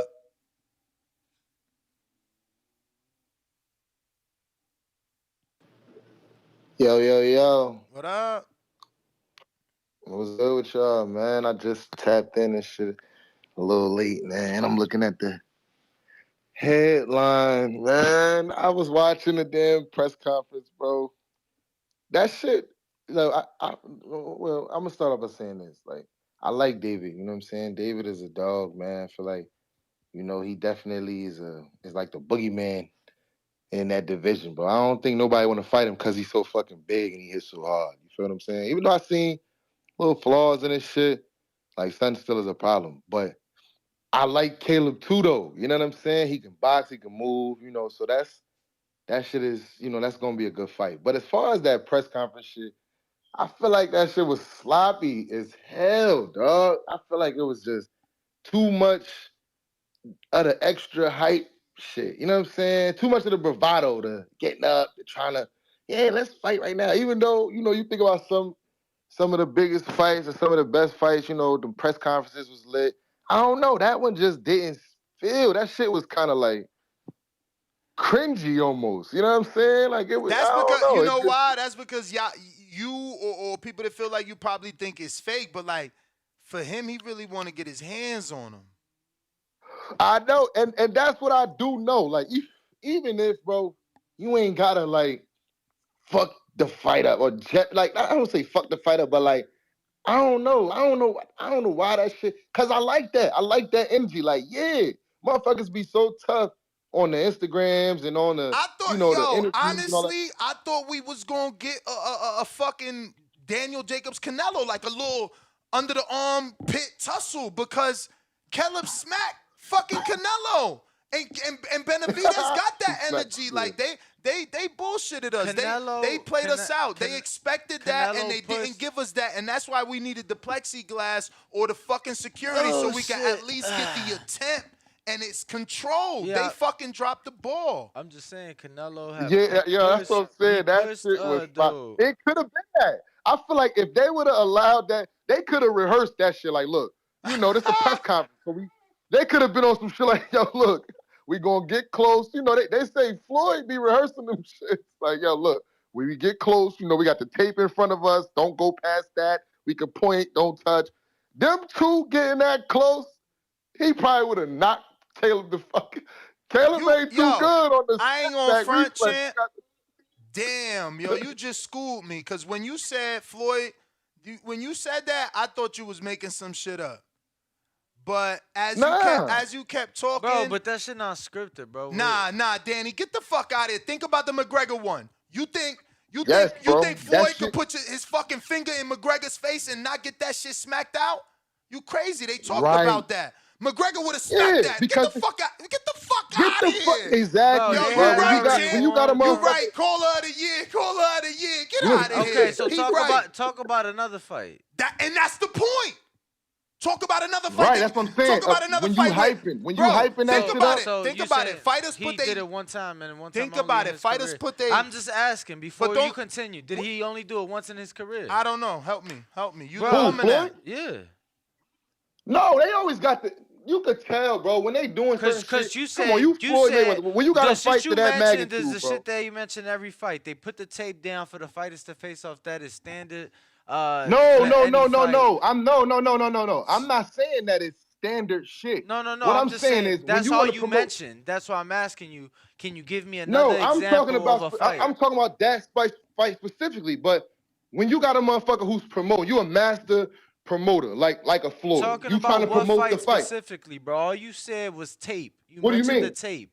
So what fight? The Conor McGregor fight, bro. When them niggas, you seen the distance. This is what I'm saying. The tape shit. That's It's all you figuratively said. speaking. Let's just say figuratively. I'm trying to figure your I'm point not saying out. no fight You making this specifically point. because I can't. I wasn't there, so I don't see the tape on the ground. This is figuratively speaking, right?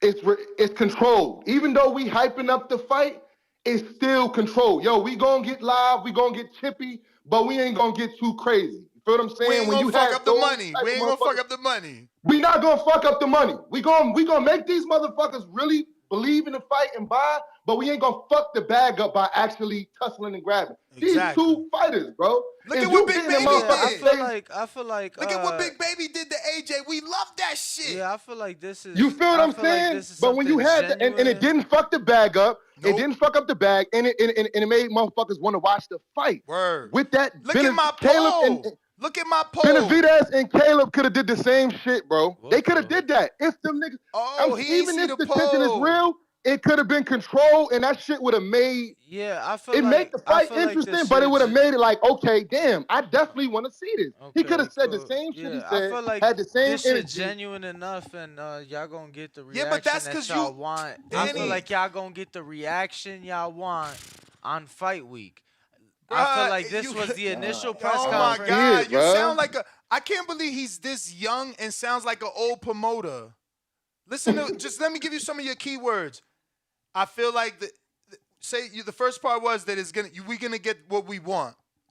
Don't worry, you're gonna get action. You don't need it now. Then you go on to say we'll get the same result fight week.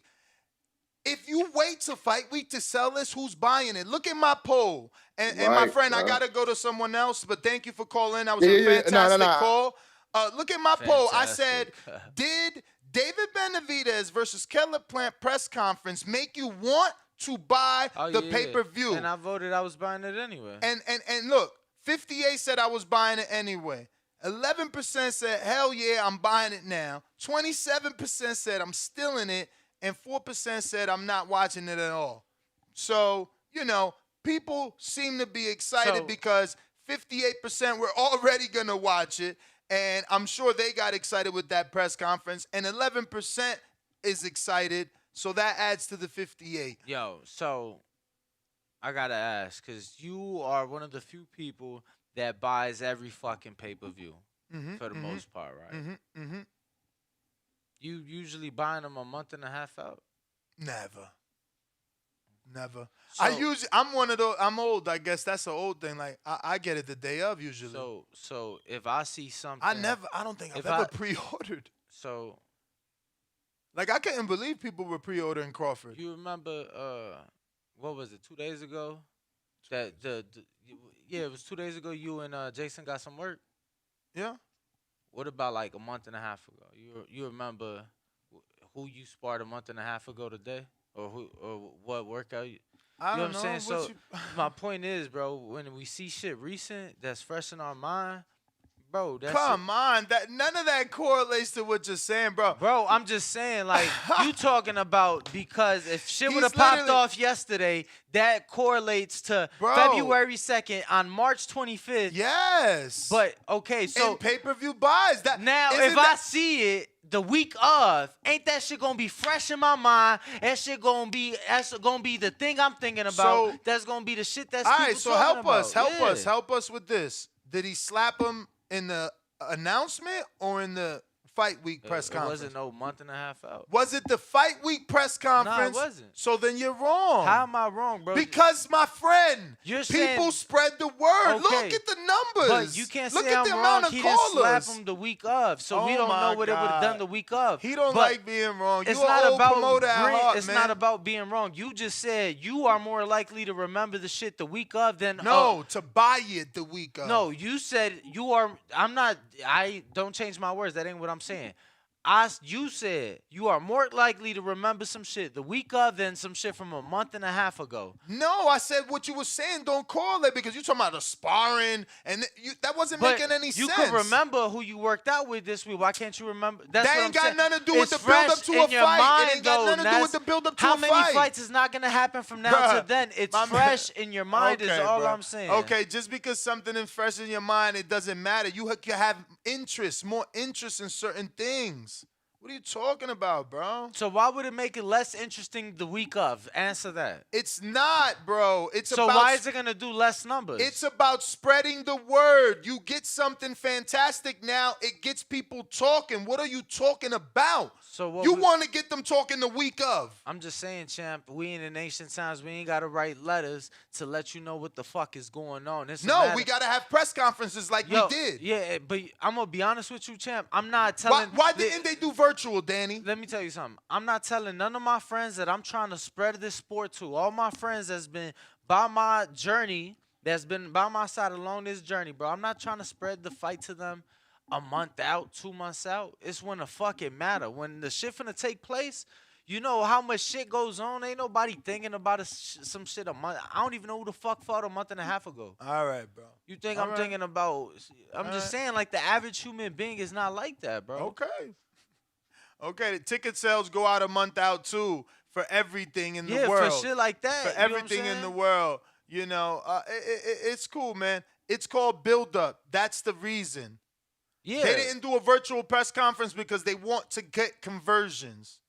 What they need to do But is now, now have the plexiglass at the weigh-in. Take that idea and run with it. We're going to keep it moving. We got callers. I got Christian in Puerto Rico. let me ask you: is a plexiglass enough? It's for the Damn, casuals, can I Danny. fucking talk, bro? Damn, can I ask a Jeez. question? I don't know. You like a pessimist today. Bro, is that enough?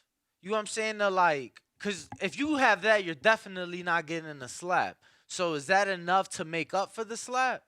Yeah. I mean, Because if you're not obviously gonna get it's a the scary slap, scene. Yeah, you know what I'm saying? and people can share that. If you're not gonna get the slap, yeah, I would rather get the plexiglass to give the reason why they couldn't be like, look, they want to kill each other. That's why they had to keep Now them let separate. me ask you this, because we have also seen this in a fight where they put the plexiglass between two fighters before. Mm-hmm.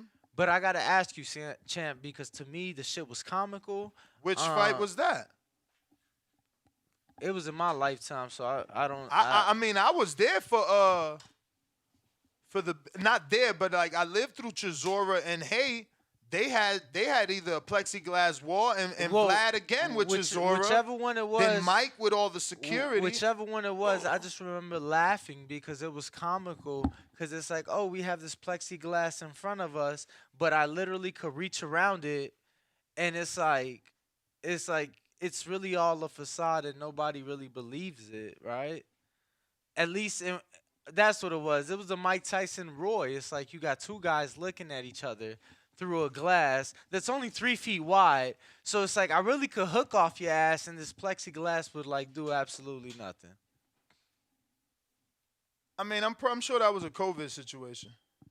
And you just, bringing up the lamest moment because, I mean, he's saying Mike Tyson and Roy, like, they were in their 50s, bro. Like, that was an exhibition. Like, you're really trying to bring that into this. And they still did better pay-per-views, so my theory still shows better. Like, that had 1.9 million pay-per-views sold. So, yeah, theatrics fucking helps. At what price It point? wouldn't matter. How many tickets did it help? You see, it don't matter. He's going to push the goalposts back. He just doesn't saying, want to Sam. promote. How It's like don't I want yesterday. to promote? We keep Y'all using the want- same y'all words want with to this act. guy. Y'all- He's conditioned. He's conditioned for promoters to not give him nothing and for him to just give up his money. Stop it, bro. Why are you like that? Why do Wasn't it Vargas Mayorga too? Here, The take same my shit. money. Take my money. Wasn't Vargas Mayorga the same thing? Didn't All they right. have the plexiglass? And for what's that wrong one? with that? What's wrong with that? Let me get a screen share. Send it to me. Was it wider than your wingspan? Or? Send it to me, bro. I'm I don't asking know. you, I 'cause don't you know. said you Make was your point. there. I want to help you make your point. I want the audience to see your point. You just said you was there, so I was asking you. No, I said I lived through the Chisora ones. I verbalized that. But let me get to this new caller in Houston, I believe, or Texas 214. Who's this? 214. Hello. All right, what's up? It's Grand Prairie, Texas, 214. I'm Virgil Ortiz. Virgil. But, what's your name, champ? Get into it. Yeah, this one. Caesar. Caesar, what's up? Yeah, just getting back to what you was talking about, the villains. I don't think that's the problem. The problem is at the end of the movie when the hero and the villain, they square up. The problem in boxing is these top fighters aren't fighting each other. So there is villains out there. There is, theatrics out there, Blair the Flair Cobb, there's personalities out there. The problem is that these fighters, they ain't making the fight. But I think David Benavidez and Caleb Plant is going to go similar to like a Villa versus Speedy Ellis, except David Benavidez is 10 times better than Villa, but I think he's just going to eventually wear out Caleb Plant. Eventually people are going to start putting respect on his name because if you're Anthony Durrell, would you rather go through that fight with David Benavidez or get slept with one punch? Because if you go back and look at all of David Benavidez's fights, the corner is stopping these fights. I'm not trying to take that damage if I'm a fighter. I'd rather get knocked out with one punch. But I don't know. That's my call. All right, champ. Thanks for calling in. We got you down. We going to Rigo. What up? Yo, what up? What's good? Yo, yeah, man. Hey, that press conference was cool, man. But what it showed me was that Benavidez is trying to get in there and destroy them, man. But I think Caleb Plant should take advantage of that, and each time they're head to head or in the same room, keep jabbing at them, keep getting them mad. That way, once the fight happens, Benavidez just goes crazy and easy makes a mistake,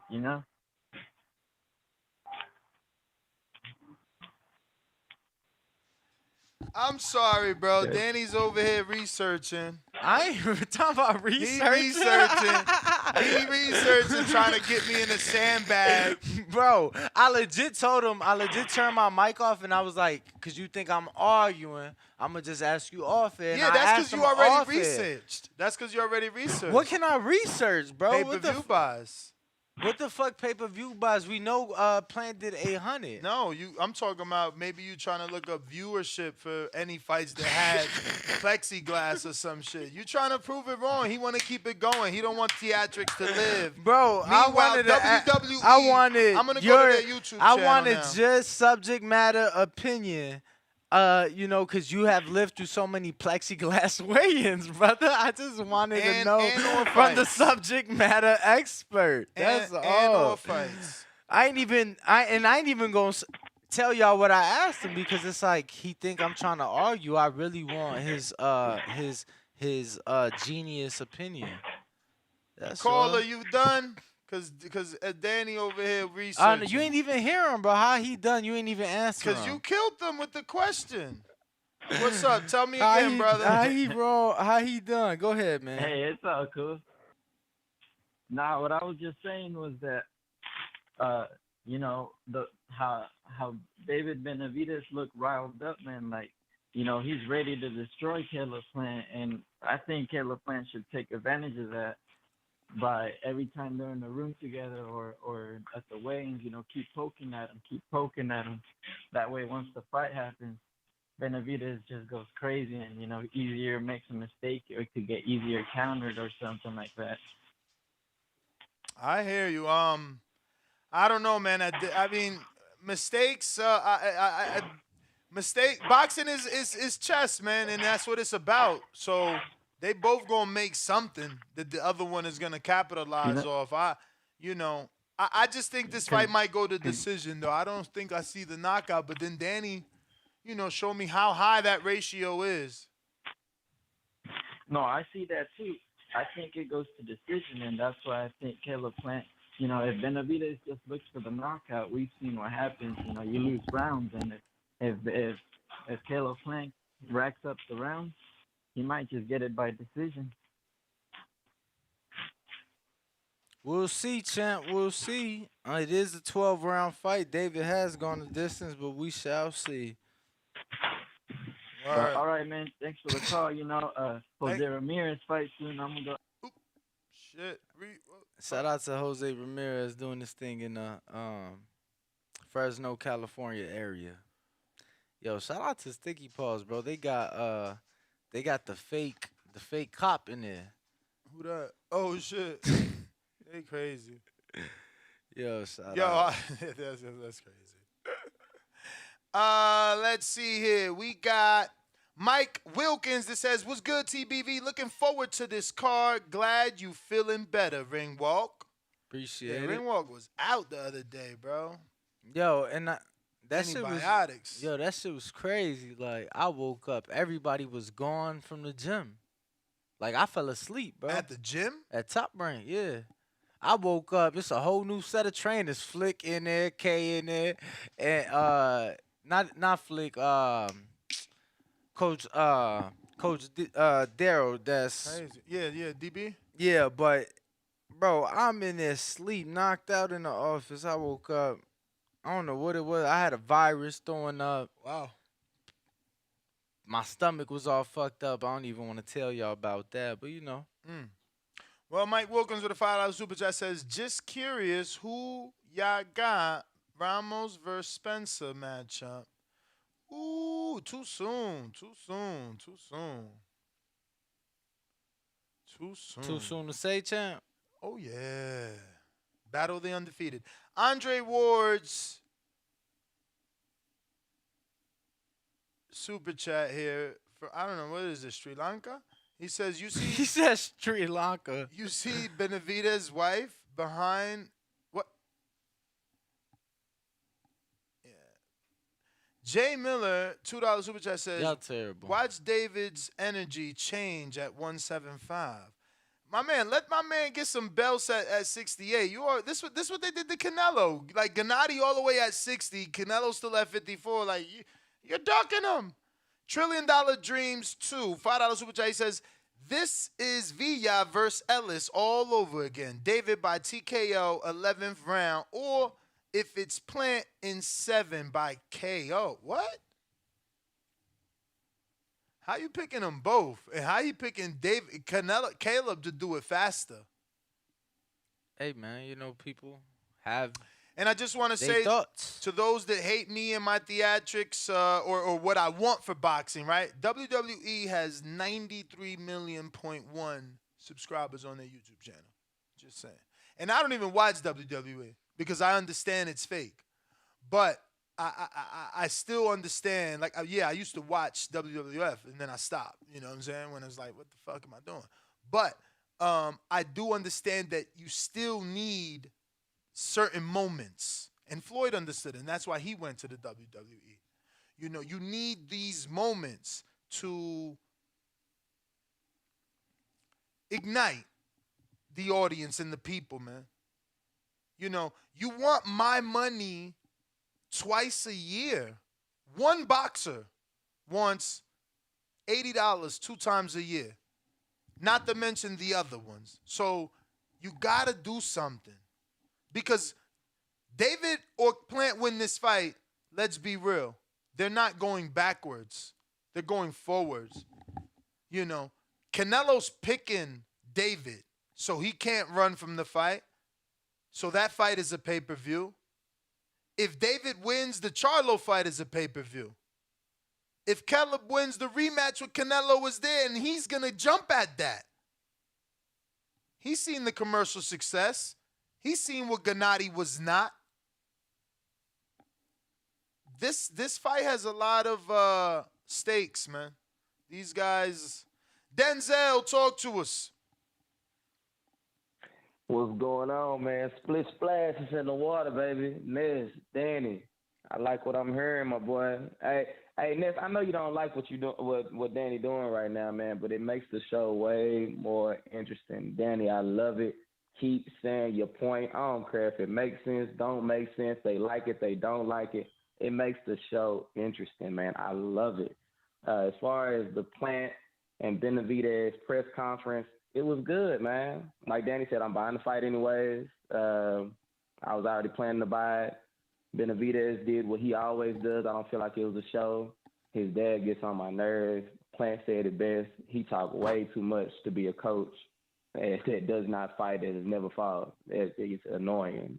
But Plant does what he always does. I don't think he's scared. And I think this makes for a great, great matchup. I can't wait to see it, man. That's my call. Holla at you. All right, champ. Thanks for calling in. Let me see here. Looks like I got Boxing Savant. What up?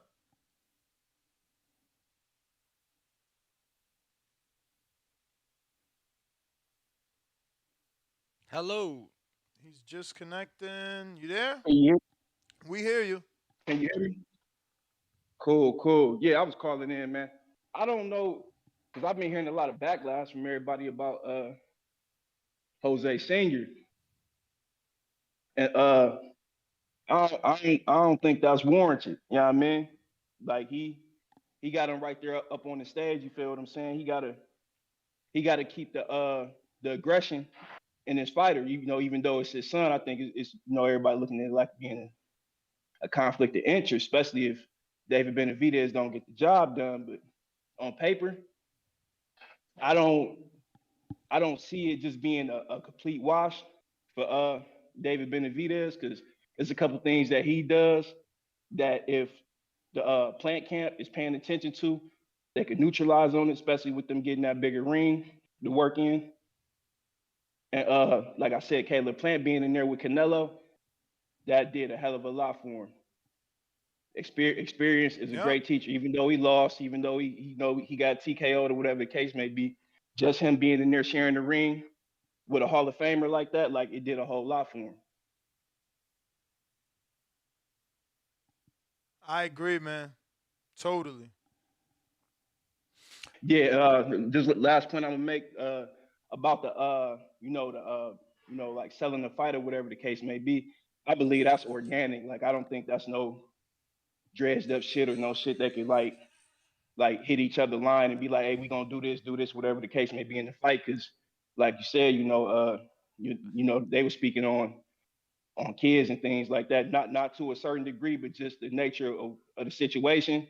And speaking on that, I don't think that's nothing you can really like play around with. Now, between those two, the fighter, like the immediate people, like the trainers and the fighter, now the only thing that seemed kind of corny is like the crews getting into it, like the outside little thing they had going on YouTube, whatever the case may be, because they crew and stuff, they didn't really have that same energy when Jose Jr. and Crawford had their little run in. And if I vividly remember, I remember Crawford leaning in on him to his shoulder and telling him like we could step outside. And I think he told him something like worry about your fight for you don't make it to your fight.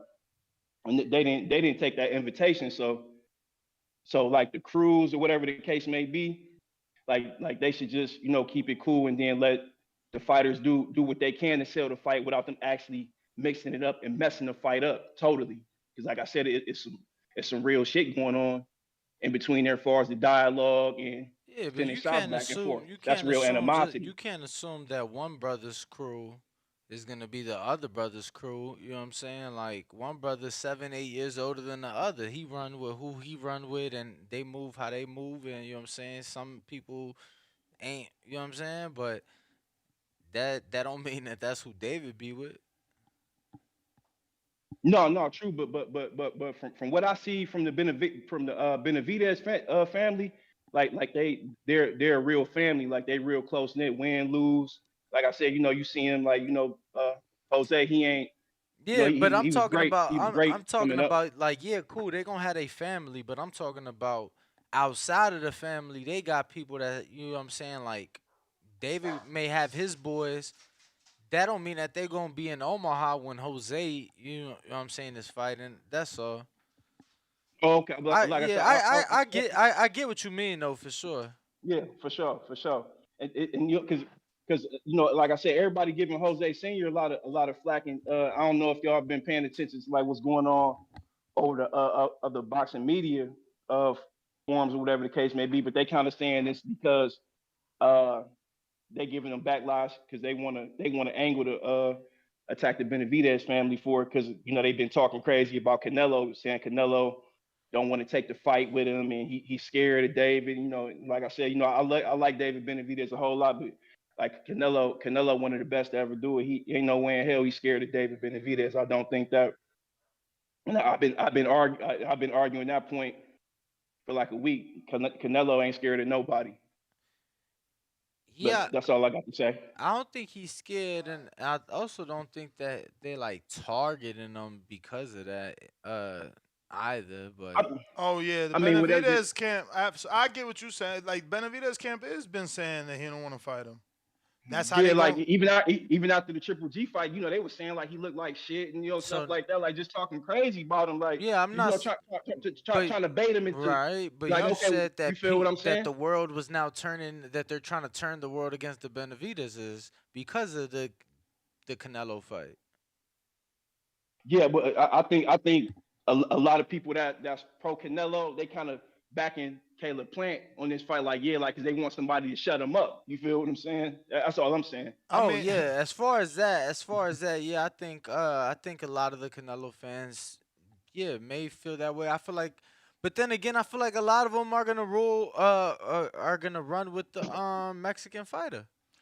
Boxing Savant. Let me get to some other callers, champ. Looks like we got in the 956 new caller. Who's this? Hello. Good morning. Can you all hear me? Yes, sir. Hey, good morning. Can you all hear me?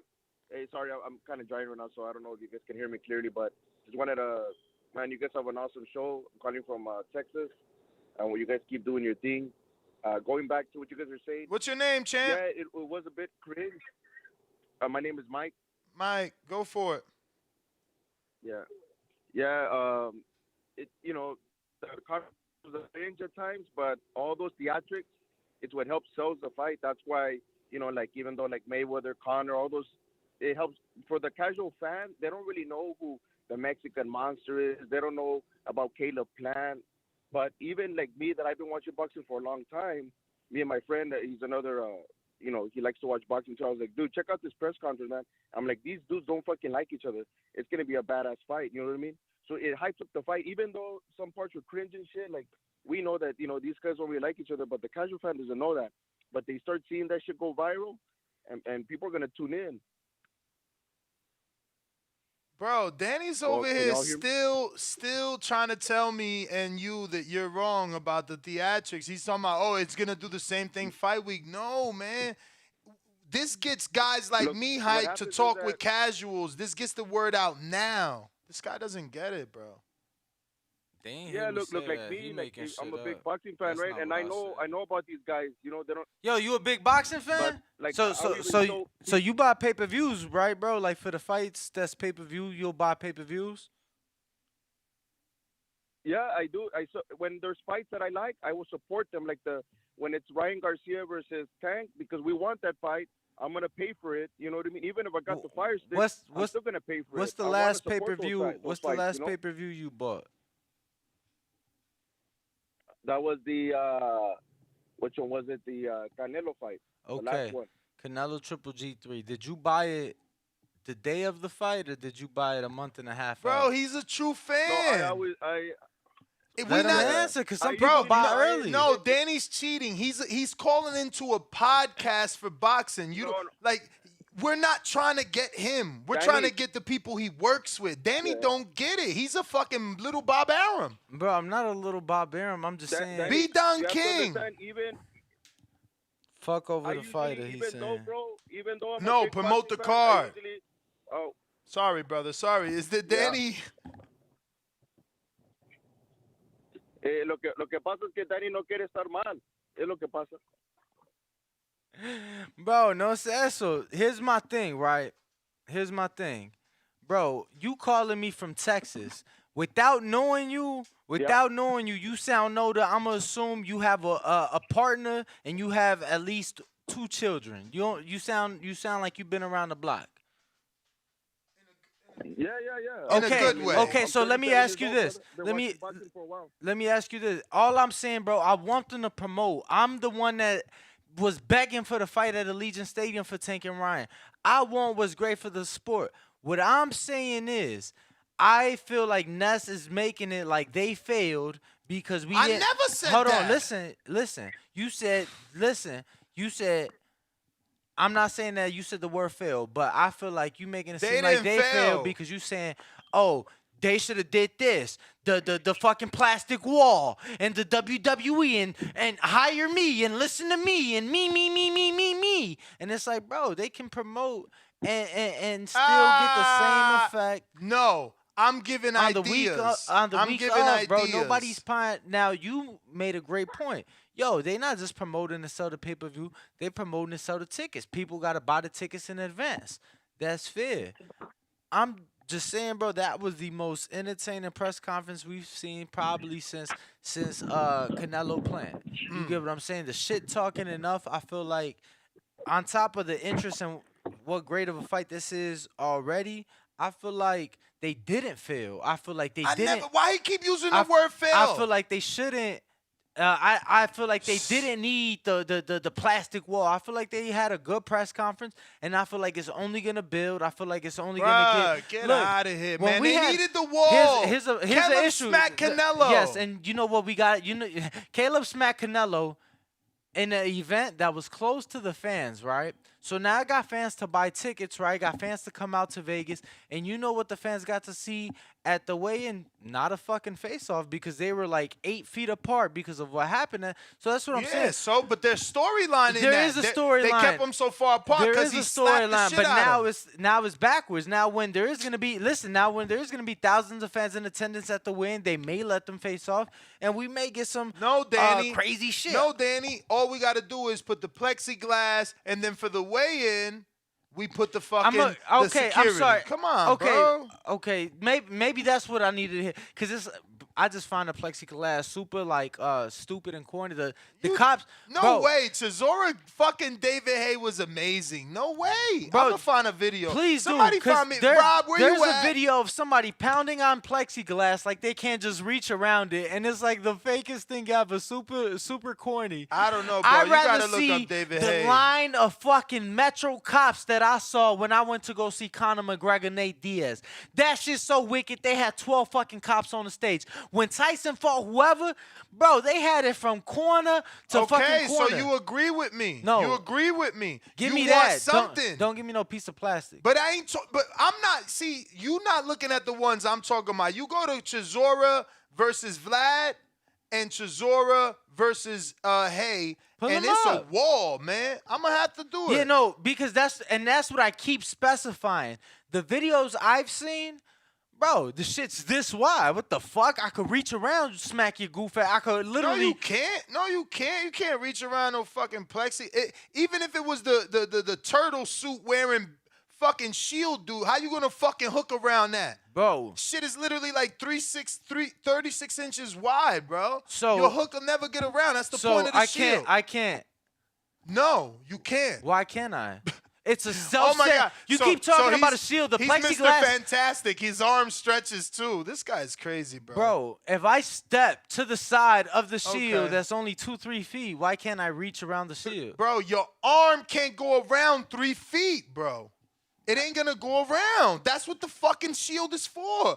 I mean, all right, bro. We must be talking about different things, bro, because you talking like the shield moves.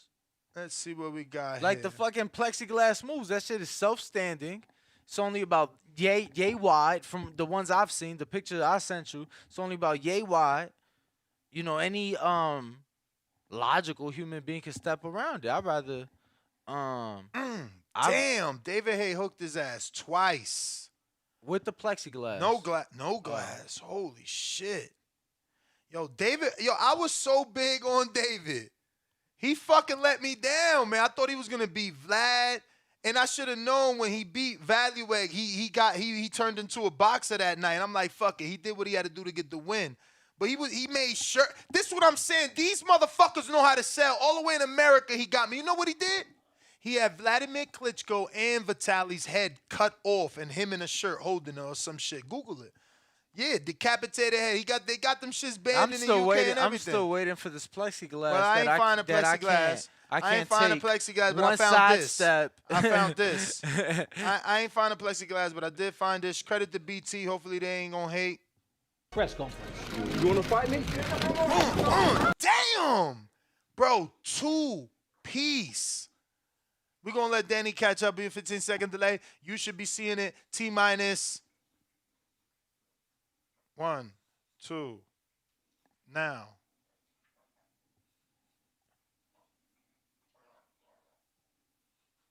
He threw elbows at his ass. Watch closely. Them elbows. Man, he is. Yeah, so that's why they got the glass, I think, the next time around, right? Let me see if they show that now. And if you are tuned in, smash that like button. I want to remind everybody, we're going live like 4 p.m. today for the Top Rank ESPN fight card. Probably not doing the main event. I'm keeping it a buck. If the main event, you can't be disrespectful like that. I Louisville said Slugger, I'm what probably up? not doing the main event. And I said you can't be disrespectful like that. But it's like an 18-hour day. Go ahead, champ. Yo, man, enjoy the press conference. You know what I'm saying? They doing their part, to build the fight up. But, I just feel like, man, I wish these networks would let these guys face off, even if they had bad blood. I think the sport is doing it a disservice, man. You look at all the big fights with these guys having bad blood, they usually let them get a face off, regardless of what comes out of it. You know what I'm saying? But, I can understand the network doing it, keeping, not messing up no money, you know what I'm saying? But I feel like if we got that altercation at the press conference similar to a Caleb Plant and Canelo, I think the fight would have been bigger. You know what I'm saying? But I definitely did enjoy the press conference. It's definitely a 50-50 fight in my opinion. And I can't wait for it. I can see both men winning. So like I said, it's a 50-50 fight, man. Plant got what he wanted, got the bigger ring. So he gonna have to, stay on the move, try to stay away from Benavidez. But with Benavidez' size and his pressure, man, that can overwhelm a fighter. So I mean, like I said, I can see it going either way. But I don't know who to pick, man. To be real, you know what I'm saying. I had to see when they get closer to the fight, but I'm definitely looking forward to it, man. Something else I was trying to point out, but dang, I lost my train of thought. Something else I was trying to say about it, man. Yeah, man, I forgot. I know it's gonna remember as soon as I get off, but yeah, man, I just wish these guys could have got that face off, regardless of what came out of it. I don't think neither one is just no big star to well, it's just gonna do huge numbers. But like I said, if it would have got that altercation between the two, I think it would have did enough on social media for the casuals to, to get behind it. You know what I'm saying? But hopefully the undercard sounds like it's gonna be nice. So yeah, man, I'm looking forward to March 25th, man. It's gonna definitely be a show. And like I said before, I mean, when y'all talked about it before, before y'all even set the date in, I was always saying I wish the title was on the line. I just hope whoever do come out on top gets that shot at Undisputed or, get, a chance at that WBC title. We've seen them do a lot of bull over the years, especially with Canelo being involved. Canelo about to fight Ryder, and then he talking about he want to get that Bilbo fight again. So, I mean, I feel like whoever wins this got to get that opportunity at Undisputed, at the WBC title, especially with them calling Callum Smith the Mando for better beef after he really ain't did nothing at 175. But all of a sudden, they trying to keep block Undisputed at 175 to get Callum Smith another opportunity at the title. So, this fight right here, you got to give this person, whoever one comes out on top, you got to give them their chance at the title, man. So hopefully, WBC get on their job, and no matter what Canelo do, you know what I'm saying, he don't let them get the Bilbo fight, get this winner, their opportunity. But yeah, man, that's all I really got, man. Huge fight. All right, champ. Appreciate the T-Dub, call. thanks for calling in. Looks like I got James in Alabama.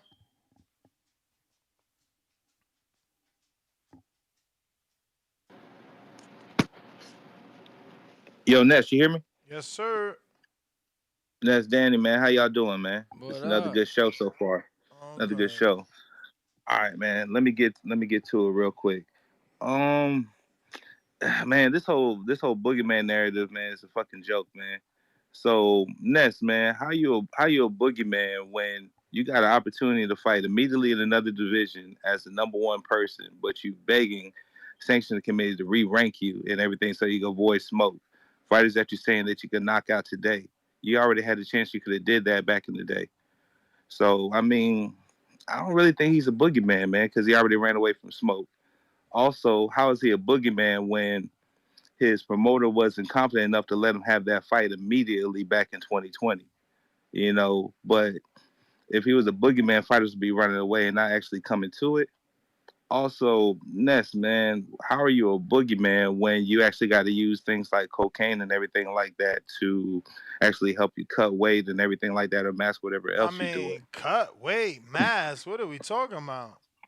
You know what I'm talking about, I man. There's mean, several he. articles I on mean, it and everything I that mean, cocaine is he. used to curb appetites, man. Yeah, So but that's why he he's he doing the told 10-month you. camp. But he told you Eh, what sounds he more real that he's using it to cut weight or that what he said. I was a 21-year-old kid making millions of dollars, and I partied. You fucked up. Like, come on, man. uh, I mean, ain't all Kell right, Brook cool. just shown like he was doing like some? It's not my thing, but for It's several, in some and they some separate. people's Hey, circles, it's accepted. Not yeah, in my all right, circle, you know what I mean? Like okay. I Not in never, my circle I either. only smoke Not weed, I never, but you know what I mean? That doesn't okay. mean that's fuck. What was that movie Blow? The motherfuckers, everybody was doing blow and that shit. That was a thing in the 80s. Cool. Well, also, man, on top of this, You man, terrible, whatever, man. man. You You know, terrible, man. you know how I feel about him. Whatever. Also, man, these people that saying he's gonna get knocked out in 7, man. So they believe that Caleb Plant's just as good as Kyron Davis. I mean, you look at the fighters that Benavidez fought, man. You can just go down: Ronald Ellis, Anguilla, Kyron Davis, and David Lemieux. Caleb Plant is light years better than them, man. So the fight's probably going to definitely go the distance more than likely. Plant's probably going to stand on top more than likely. Also, Ness, man, I always ask you this, man, but how you a two-time champion, only one title defense, man? Make it make sense, man. That's all I wanted. Three That's all. time, That's three all I have time. for. He won the belt 3 times. Okay, how many title defense do you have? I mean, it don't matter. The math How ain't many? How mathing, many man. That's did? all How I'm many saying. did Sergey Kovalev have? Did you check him out? He won it 3 times. That's 75 or something like that. Yeah, I think David Man, won it twice, champ. He counting his interim, bro. What are you talking about? Y'all get the tripping. fuck out of here, What you mean? yo. All If yo. Canelo, hold on, because Okay, you ain't living in reality. If Canelo fights Rada and decides to fight Bivol, he might vacate or get franchised again. What y'all talking about? And what happens to David? Elevation. You can't laugh at the interim. man, look, man. Ain't no look. Regardless of whatever you Hold say, on. even if he's not getting elevated because he ain't gonna win this fight, so he's not gonna get elevated. Did Dillian White not get a pay-per-view fight with fucking Tyson Fury? So how you laughing at the interim? Come on, champ. You better wake up and smell the Bruh, coffee. yeah, like that. All right, Yeah, I man. Yeah, ain't. like that. I'm not saying I don't. I see everything you saying, but yeah, It's he two hey, I'm time to I'm with you. me. I'm with you, Danny. I'm with you, Danny. Yeah, Yeah. he's 2 time, man. Now He's 2 time. I'm not laughing at it because everything you saying is absolutely correct. Devin won the interim, and when Vasil chose to not fight him, he was elevated to full champ. Exactly. But Can't laugh at that. I congratulated Devin on becoming a champ when he got elevated, not when I was in New York the night You of September 13th you and he beat Abdulayev. Bro, he's only yeah, an you're the man. You're interim. the man. You're the man in waiting, but you're Fam. not the man I though. don't think y'all understand why he even is the interim champ. Cause he had it. He's the one that had it before. No, because Canelo ain't fight him and chose to fight Bivol and then chose to fight Gennady. He's been the mandatory. So they gave him the interim title while Canelo does his shenanigans. Well, We was also in, yeah. When the fuck It's- has Devin hold on, had hold on, an hold on. interim chilling down there and not smacked him around? But let me It ask. don't happen. Hold on. Let me ask you though. And this is Name me. another interim in the No, hold division. on. Let me ask you this because this is me being for real. I'm gonna try and find one. And you brought up the Dillian situation, and this was actually the case with Dillian. You know, Dillian was not the mandatory the entire time he was the interim. You know what I'm saying? But you next up. I think he wasn't even the mandatory for half the time. If we get technical, but my question to you There it is. Fundura's another interim, and he's only interim because Jamel has to fight his mandatory and had the rematch. Cool, but my question to you is: has he been ordered the mandatory? Because I know this was ordered for the final eliminator, but has he been ordered the? Bro, it's political. My man's been number one since he missed weight. Came back to the weight and was number one all that time. Like, it's all political, man. First, Canelo was saying he was too young and he ain't fought nobody. Now Canelo's picking him over Plant. It's the marination is done. He beats Plant, we in the fight. Bottom line, we all know what Mauricio's doing, and we see it. We not dumb. He been doing it with Canelo since the beginning. Vanez Martirosyan never got his shot at Canelo. Canelo wasn't ready at that time. So he fought Matthew Hatton. Look, Ness, he ain't getting through Plant, man. And I'm just gonna keep on standing on that like I always been. Other than that, man, hey Ness, man, I'm just looking forward to seeing. I know you ain't, man. You ain't gonna choose no side, man. And it's cool. I understand that, man.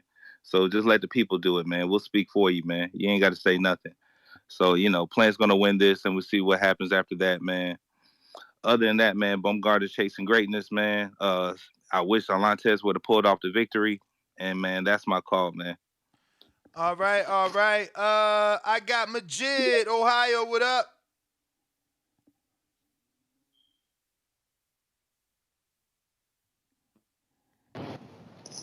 Yo. Y'all can hear me? Yes, sir. Everybody like the video, subscribe to the channel, join YouTube and Patreon for something. Shit, man. I'ma just say that I like the press conference yesterday. I ain't even know that shit was happening. And we had people busting through the back channel talking about, oh shit, y'all need to watch it. Had a couple of friends call, that's casuals. They was asking me what's up, like how I think this fight gonna be and all that. So I was telling them to buy that shit.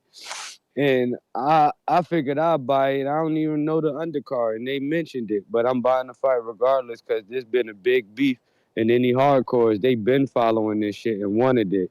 I feel like the people that don't want this fight, fuck y'all, whatever. We don't give a fuck. Y'all hating. And I feel like that beef and all that shit was real. I look at David Benavidez when he got problems with people, like even in Charlo. When he had walked up to him in the fucking stands and all that shit. I feel like one thing that's similar to both of those events, them niggas both got some big ass buff black security guard in front of them, so Benavidez can't get to them immediately.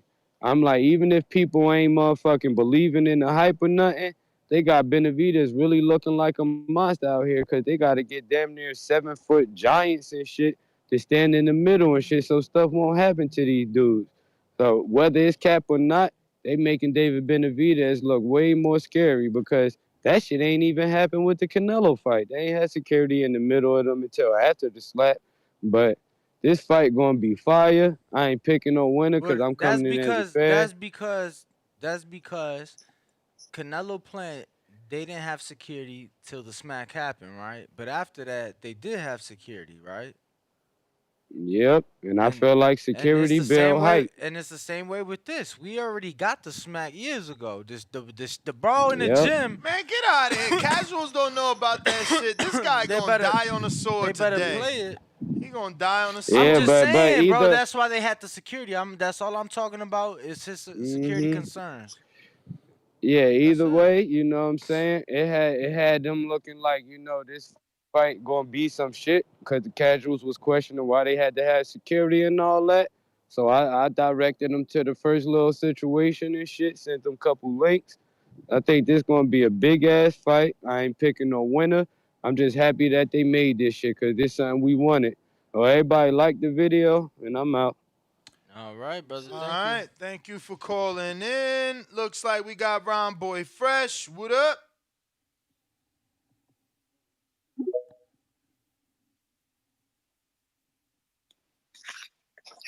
What's good, Slim? What up? 90 Yeah, Ness, seconds. I like that plexiglass shit though. I like that shit, bro. That's a good idea though. I like that though, for real. Uh, but man, as far as I'm concerned, man, like I'm not falling for this Mexican monster shit. That Bama red flag to me. He's always gonna be red flag till he go through a gauntlet. Mexican monster shit. Just say that shit for a minute, man. They running too much with it, but and it's still that pay per view worthy to me. Hell of a fight. Nice card, hell of a card. It's gonna be a bad. It's gonna be a bad night for the Benavidez. Whoa. What's You said it's still not a pay-per-view fight? No, not to me. No, not to me. Not to me. It's not. I mean, that's like I said. I'm older. I'm old, so this not. Hey, let me ask you a question because we in the same bracket. What is the threshold to break even on a pay per view nowadays? I mean, You know what that is? last interview Espinoza did with myself, he was like 250 is a good number for him, but that was before the whole pay-per-view split change. Remember, we know for a fact pay-per-view.com is not getting 50% anymore. So if Tank only doing 200 and they keep letting him do 200 and they keep putting him on, I mean, they obviously making good money. You know what I'm saying? The threshold, I think, is lower than what it used to be. Because when I asked Espinoza that question, it was for the Earl Garcia fight. I said, what's the safe number? He said 250 is always our good number. Yeah, but that's been 250. That's been like over a decade. You know what I mean? So I'm sure that shit Yo, but think about it though. Yeah, it's been over a decade. Which means it's down now. No, but it's bro, down. Yeah. Listen though. Bro, pay-per-view price has gone up 50% in my lifetime. It's true. So it's has like, gone bro, up. like and I'm talking about the last 15 years. I ain't even right, but Danny, you got to also factor in this though. The guarantees are way lower now over there. They're not getting these 20 and 30 million, $15 million guarantees like that. And besides sentiment, you know what I mean? True. So that's why. Yeah, so that's why I'm just trying to figure out what is. It's just interesting because it's a reason why they can afford to do these pay-per-views because the threshold used to be if you can't do 250, we can't break even. That can't possibly be it right now. You dig what I'm telling you? So I'm looking at is 100 a good number for them to break even? I'm just something, y'all more intelligent into that part than me. That's a good question. You should find out. I don't know that 100 is good for this fight. Nah, I mean 100 at that's a bad number. Period. 100 is too low in my opinion because look, that's only what 7.5. Nah, but the guarantees are so low now, Mo. But that's Ness, what I'm saying. The guarantees back in the day used to be 30, 20, you're right. 15. You're right. I'm like, so but if y'all not doing but these how much you think Plant making? How much you think Plant making? Under 5. Okay. And what about on the guarantee? David? Under 5. What about David? Under 5. Under 5. So then how is 7.5 good? How is 100,000 pay-per-views good, bro? You gotta do more than that. Slim, I know. I'm just thinking. I don't know, Mo. I posed the question to you. It's just an interesting thing. I know 250 can't be it, so I was just coming in the middle, I think like 125. 125. Success. I think 250 is a success. Yeah, no, that's a success now. That's a success now. But we not talking. 150. But what is it? I think maybe 150 is closer to break even. Yeah, that's what I'm talking about. The break even point. But we don't know what they giving. We know it ain't 50%. We don't know what they gotta give them though. Right. Yeah. So it's 150 an interesting times 75. That's only 11 mil. And let's say they both making 3.5 or some shit. Right. You know what they giving the Pavada. So we don't know because what does that 11 boil down to? I think you got to do. Right. I think they're expecting at least 200, yo. I think they want at least 200 out of them because Caleb did 800. And you think that? This guy's Right. been You think selling that fight is gonna do 200? Bro, and I still don't think that. I'm still thinking a quarter. I think they could do 200. And I think they do more Look, than that. 200 is 15 milli. I think they Nah, could do they ain't going 200. to. They But gotta come. They gotta add a little bit more yeast. I know they over marinated this shit. you They know, gotta add it. you They know did what some the good. issue They did some is? hell of a yeast yesterday. My issue is that I try to compare everybody to Tank, and I know Tank, and I gotta understand No. Tank is a star for real. He bring them out Yeah, differently. yeah, But I want to yeah. believe since Tank's fights don't be as competitive as this, that yeah, we could get 200,000. You And it's think so? undercard, Yeah, I don't know. and the undercard good. But let me get to some No, other I callers, said that. I Mo. came out the gate said it. Yeah, I the came out the gate undercard said it. But good, so it might yeah, help. it's a high, and it's going. And I told y'all it's gonna be a bad day for the Benavidez. That's all. And I'm not. I'm cool with I've been on the Benavidez for years, so they cool. I had no problems. I just think Plant going go the distance and win on the cards. He might get a late stoppage for all we know. I'm just not falling like Main Man said. I'm just not falling for the Mexican Monster thing. I like the red flag shit. Go through Morel, beat Cinnamon, then we can talk about that Mexican Monster. And as far but what you was talking about the WBC, I think the main reason why he has the intern is because when Cinnamon fought for the vacant, he never went back to fight the mandatory. Because under WBC, you supposed to have an immediate fight after Two you get a vacant, mandatories. correct? When you get a vacant title, Yeah, you got with the WBC, you yeah, get two mandatories, and he only fought year exactly. them. He didn't even do it. He fought year Yeah, them, but he ain't he fight fought year them. Yeah, Benavidez. so it's two. He didn't fight Benavidez, so that was it. Right, correct. So that was the main thing I think Look the at reason Danny why. in his But nah, head I'm right just now not trying falling to for. save Canelo. He looking for a way to save Canelo.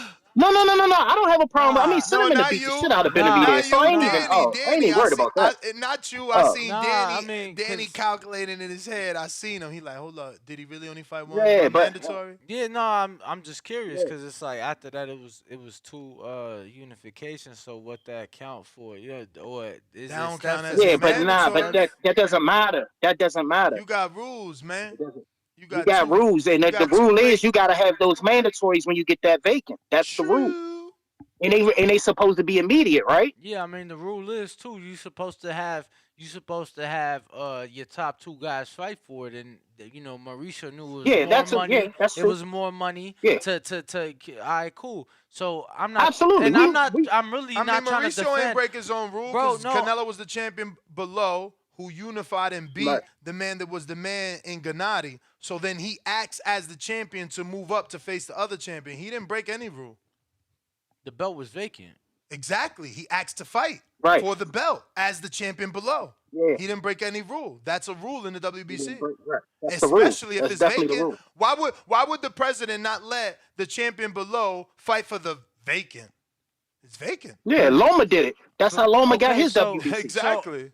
I'm curious, like it's just like one of those things that we don't I don't know. I'm just curious now, right? Because he fought a world champion in Callum Smith that didn't have the WBC. Mm-hmm. The belt was vacant. That was for the vacant. Right, the belt was vacant.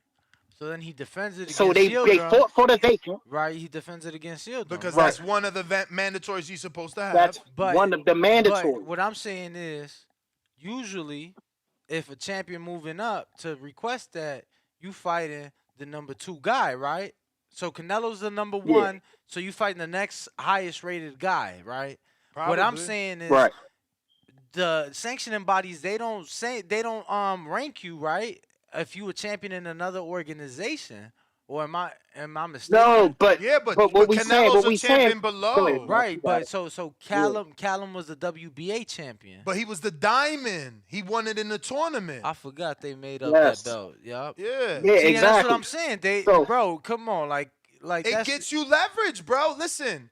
It do. I'm just but saying, that no, goes back I'm to not what saying Ness it was saying about doesn't. the It just interim, how important the interim overcomplicates the is. shit. That's why I said no. It don't. That's what Nah, I mean. you It ain't do. lying. It do. Daddy's spot on with this It shit, do bro. This shit is overcomplicate it. it's crazy. It do It's just so overcomplicate it. But if you overcomplicated, know bro. it, you know it, Daddy and ain't go. that's why Yeah, the but if interim you is know important. it, you know it. Right. But we Yeah, didn't it is know what it it is. until they allowed it to happen. You get what I'm saying? Nah, Because No, I knew it. nah, No, bro, no, the nah. no, no, Yo, no. let me I let you always go. knew it. let's not forget. Let me, No, let's not let forget. me let you go, Yeah, Mo. I'm gonna kill him no, right now. you're Go not ahead. gonna kill me, bro. Yes, I am. Because the only reason they allowed for Calvin to fight for that belt was for the winner to face Showdown, because he was the one in line to fight for the belt, not Callum. So we didn't know until the WBC allowed it to happen. That's not true. Okay. We knew that the diamond gives you that because Mikey was the diamond. Everybody wanted Mikey to fight Vasyl Lomachenko. He decided to move up and kept his diamond at 130, moved up, fought Easter, then moved up, fought Broner, Okay, so who was then moved up. But who was a fought mandatory Earl. during that time? Can I finish? Who was a mandatory during that time? Mikey took diamond because he was the So it's not the same thing. Yildirim was a mandatory. Callum was the diamond. Two separate things. No, I'm sorry. Mikey was the champion, beat Zlatan Cannon. Right, I remember that. I was there. All right. January 28th. Is that 35 or 30? That was 35.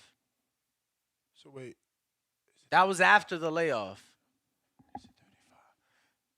And what division was Vasyl in at that time? He was at 35 too, right? feel Because like- that's the fight that they wanted to make, but Mikey took Diamond in order to move up and I then feel like- fight I Broner feel like and then he move up wasn't. again I feel like he and fight wasn't. Earl. I feel like And he- then after he lost, people were like, well, damn, is he going to come back down now? I definitely feel like he wasn't because... Look it up. Okay, yeah. That While I was, get to some that calls was because like we got a shitload. 2017.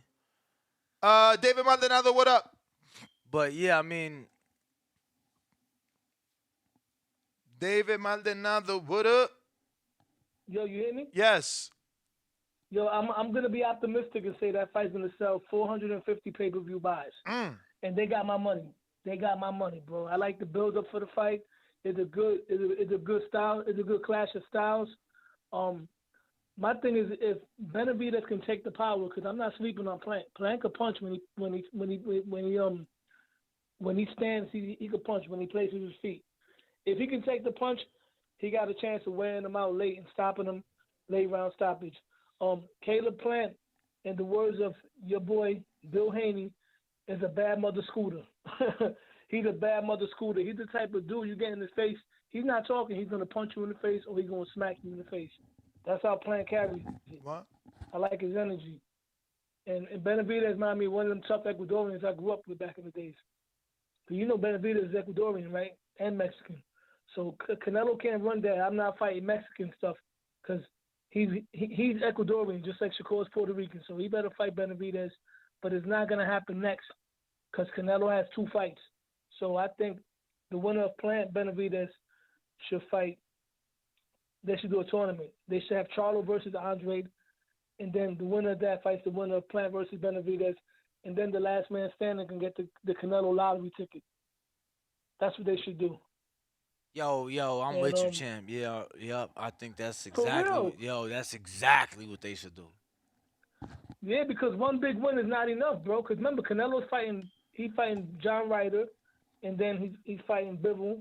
I hope he don't fight Bivol because I don't think he beats Bivol, but he's gonna fight. He Bivol. fighting Bivol, man. Every And- time I see an interview, he fighting Bivol. Ellie put out an interview again today.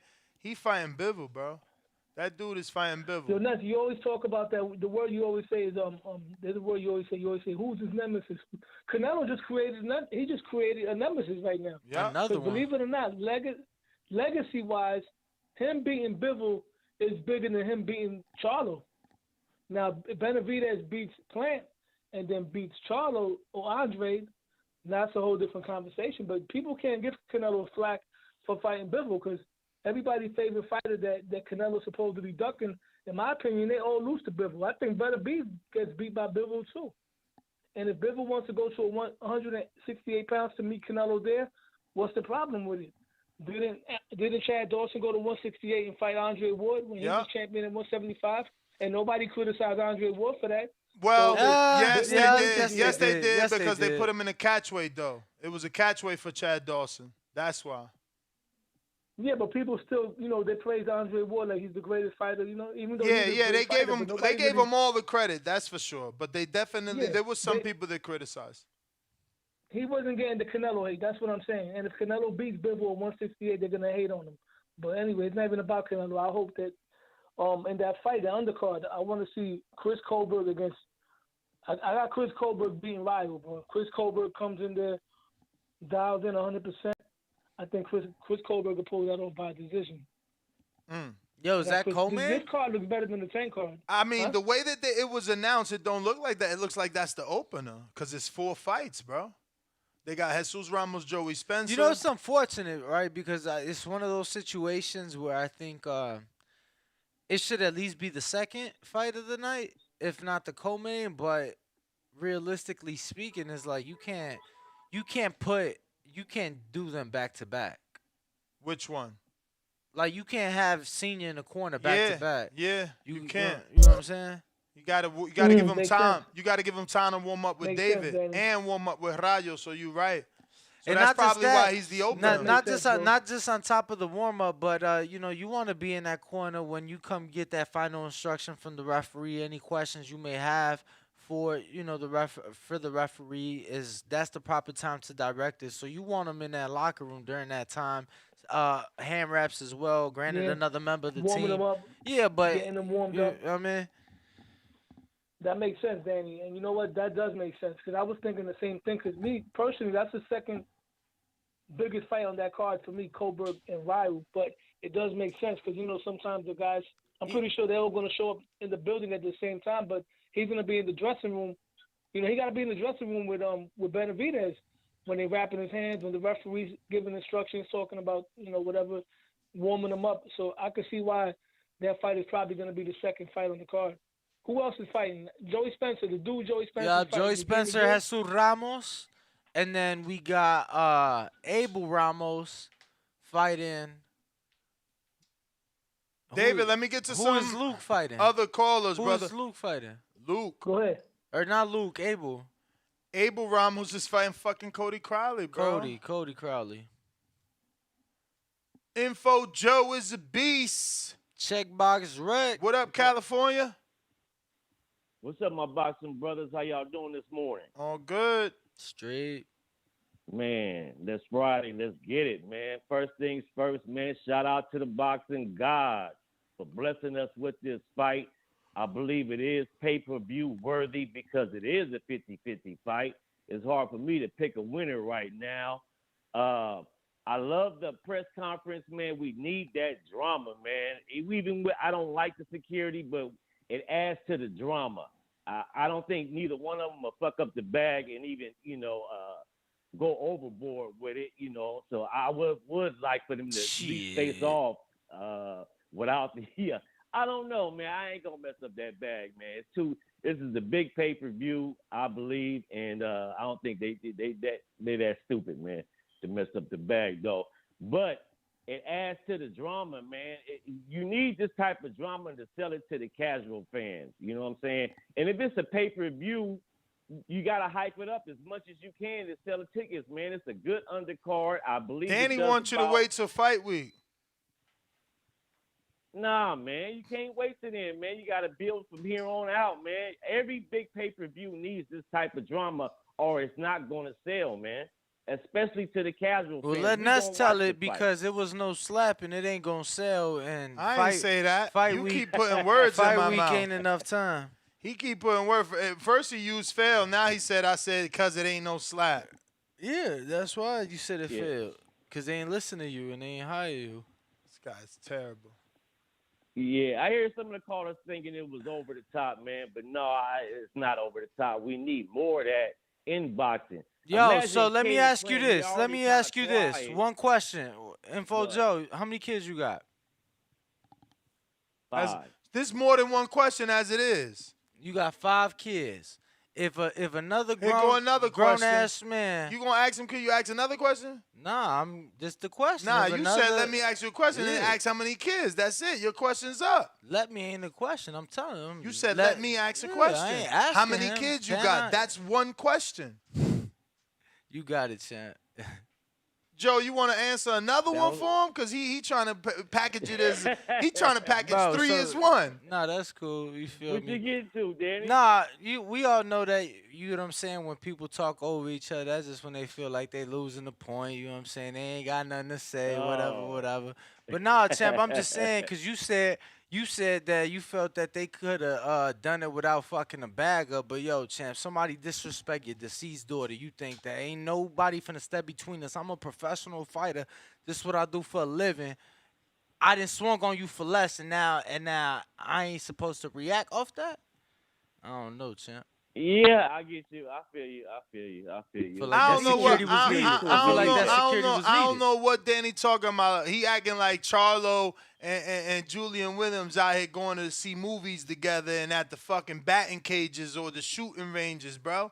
We ain't gotta be friends, motherfucker. We here to do a job, beat each other, and sell a fight. And I don't see Charlo and Julian Williams I hanging don't know out. what the fuck that got to do with Yeah, anything. well, because it's over your head, man. It's over your head. I know the true boxing fan got it, brother. Yeah. Hey, yo, I see how they both could win, man. Shout out I to can the true see boxing fan. Benavidez overwhelming Plant, but I can also see Plant outboxing him. So it's a good 50-50 fight, man. But that's all I got, Chance. You're listening to the #1 pound-for-pound boxing podcast on the planet, the voice of the people. There is no equal. Los Angeles in the building. Peace, gentlemen. Everybody Modern have King, a I blessed, said that. no stress day. Appreciate you, Joe. I said they should have let them face off. I just said they should have did it, you know what I'm saying, with the security in between. And I just said they should have did it with the fucking plexiglass because they knew. They were fearful. That's why they didn't even give him a face-off because they were fearful. So because you're fearful, don't take it away from the fans. Show them a reason you afraid. Put that glass there, separate them, sell this fight. A-size stainless, what it do? Actually, stainless, let me go to Spider Rico. What up?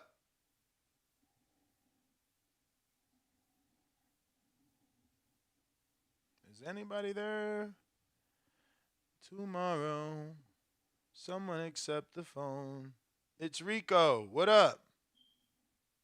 Can you hear me? I do. Nice. Let me ask you a question. If you waxing. I'm just playing. I don't got a question. I got a question for you. Is you fighting or what? Yeah, of course I'm fighting. I ain't see you pay no fees, and Rob said he can't get a hold of you. People been saying they calling you, man. Don't be scaring Ant. Don't be scaring Ant, man. No, I'm with all that. So yeah, I want all the smoke. No, but really though, it's gonna be a good fight, and I got you on that. All right. I was just calling to say good morning. Everybody riled up about Benavidez and Plant. Man, I can't believe the guy said this not a pay-per-view fight. Word. How could he say that? It's like, okay, if you get in the ring with Benavidez or Plant, you probably die. You don't know how strong they can hit you. This is not a pay-per-view fight where two men risking their lives. They're not playing how Plant is talking about his daughter and how she passed away and how he said something. Plant's for real, bro. He's a champion. And Benavidez, he's like, honestly, on some Muhammad Ali, because Muhammad Ali, they said he wasn't the champion no more, but no one ever beat him to take his belt. That's how, and Muhammad Ali was the youngest to do something. Plant was also the youngest of this division. And they took his belt the same as Muhammad Ali. And on some speed, he might be faster and bigger than Muhammad Ali. At the similar size, you know? It's like it's gonna be crazy to watch what's gonna happen with Plant and Benavidez March 25th. And I'm gonna be fighting February 25th. So a month before. Y'all can watch me for free if you don't want to pay for Plant and Benavidez. Damn, it's free now? Boy, it's gonna be live on our YouTube channel, homie. Oh, that's some crazy shit. Why the fuck is it free? To watch? It wasn't free when I fought, motherfucker. Everybody had to pay. Bruh, we gotta start somewhere. Oh shit. Yeah, we gotta start somewhere. I'm thinking these fight offers I'm getting is the offer plus the back end. They ain't even no back end. Oh shit. All right. Hey, but that's all Free boxing for all, Mr. Al. All right, Esteban, thanks for calling in. Stainless, what it do?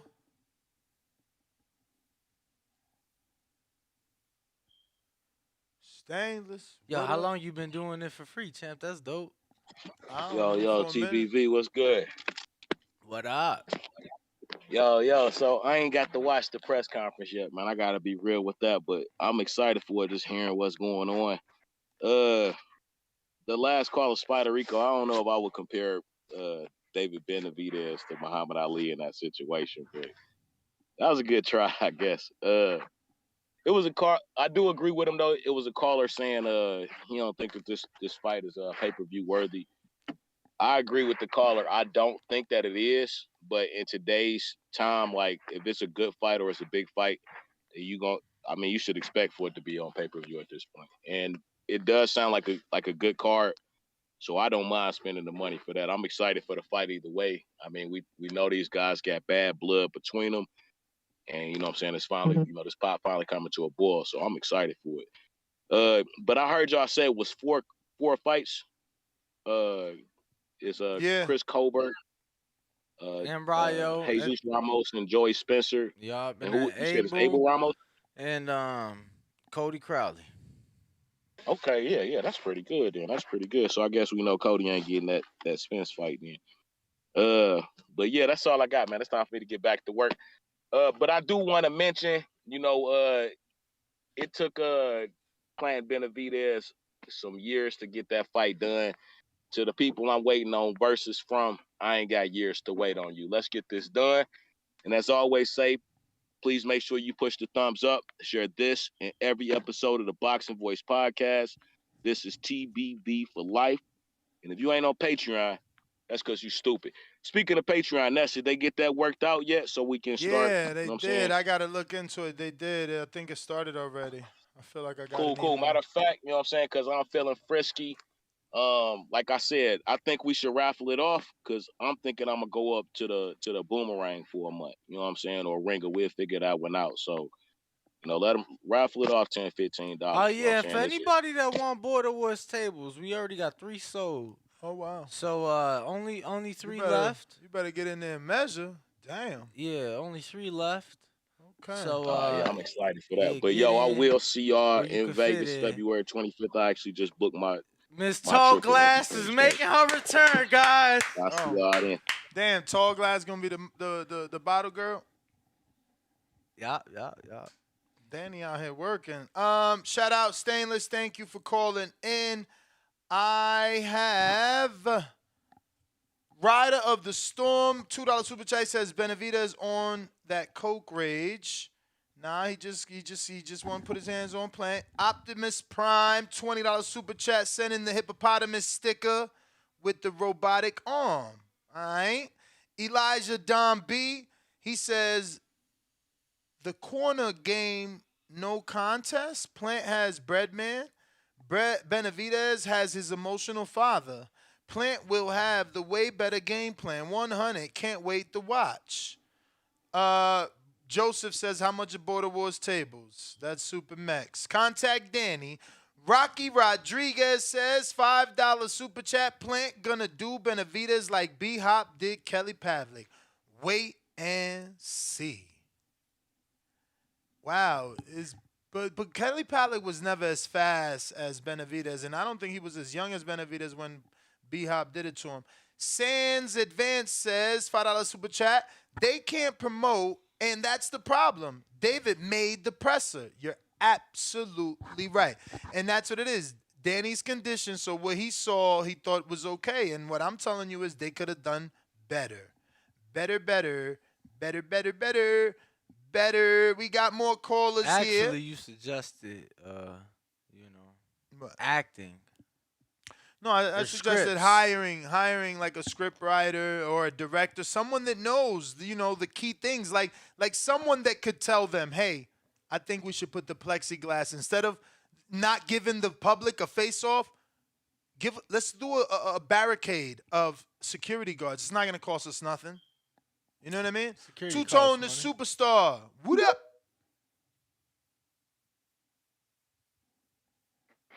Take my money. Take my money. Take it now.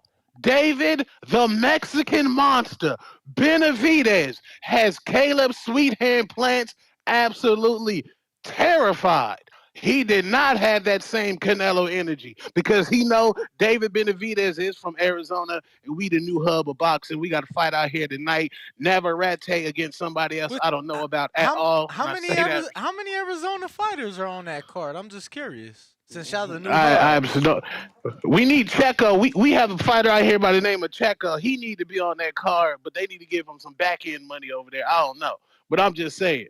Uh, that I agree with Ness. Give us plexiglass. We need fireworks. This is how you sell a fight. All you other fighters talking about, I just do my talking in the ring. We ain't got time for that. We ain't got time for that. We want to see the fade. The casuals want to see the fade.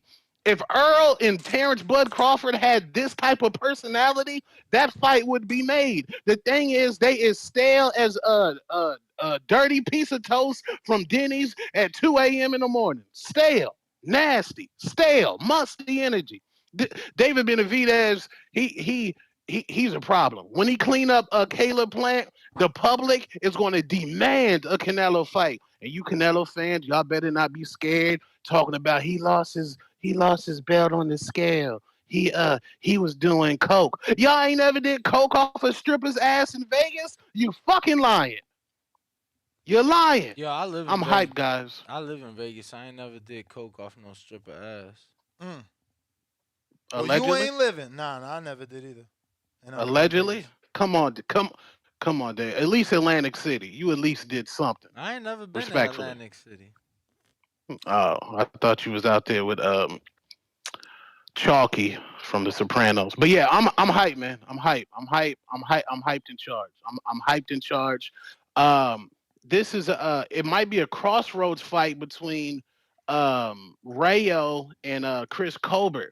Does the loser completely fall off based off boxing? Because you know if you take a loss in boxing, they say you fell off. So both of them coming off a loss. Is this a crossroads fight for both of them? Hell no. I don't think it's a crossroads fight, but I will say Two Tone that even though I don't think the loser falls off, I think depending on how the loser loses, he may get cut. Damn. That's nasty.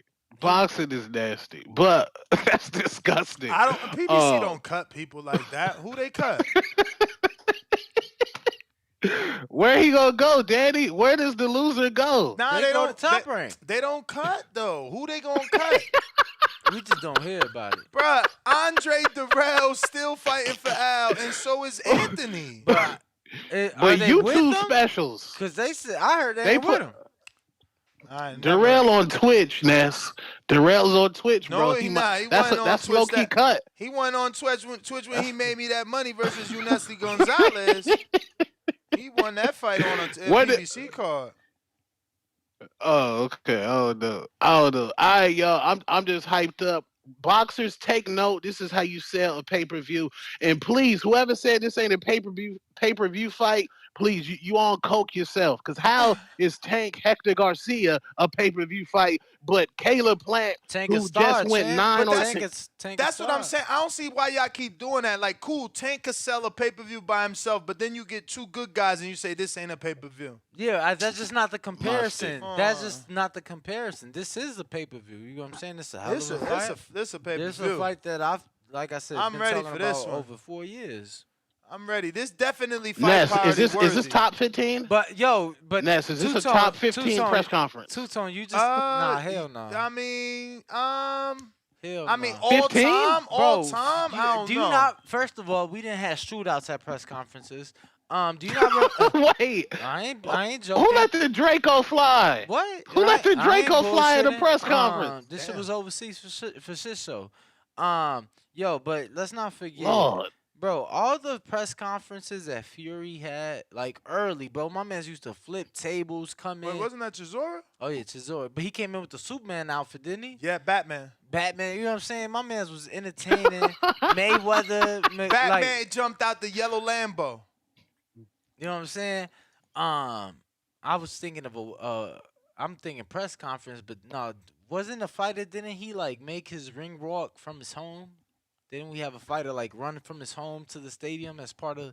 What? Yeah, bro. Overseas, man. You got to start watching more overseas fights. I promise you. I done seen, uh, Willie Monroe Jr. get punched in his dick by Billy Joe's 4-year-old son before. Like, bro, you know what I'm saying? Overseas, you'll see Oh, it. You'll see it all. dang, yeah, I gotta check that out. All right, man. Y'all have a blessed Friday. Check out Likewise. that Navarrete fight tonight Oh, for in sure. Arizona. The new hub. The new hub. You might see Tank and Ryan at State Farm, Danny. Mm. You might see it. I don't know. You might. It's a In possibility. Arizona?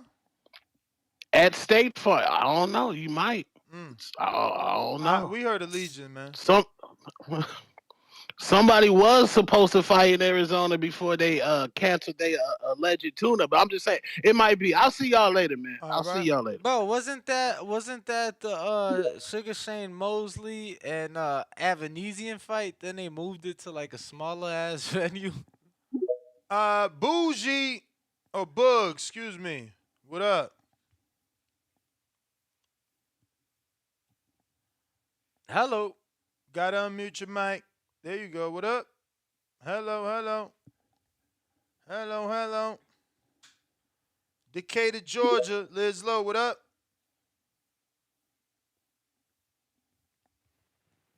CBV, What's happening? everything kosher, man. Shout out to being Friday, you feel me? Man, I got Benavidez, but I do want to say shout out to Plant for the little, being calm at the podium while David all crunk and shit. Plant is real good at that, bro. He'll be calm and let the other motherfucker just rah rah rah rah rah, and he'll just piss the motherfucker off even more. Which I don't know is that a good thing for David Benavidez. 'Cause he want that boy bad. But honestly, I see this shit going by 7-8. You know what I'm saying? Benavidez gonna get him out of there, man. Yeah, bro. Ain't no shade of Plant. Again, in boxing, there's levels to this shit. You dig? And I think if David want him as bad as he seems, man, yeah, it's gonna be ugly, like he said. The man trying to send him to the hospital, man. But shout out to the undercard, man. I want to see what Cole looking like coming back.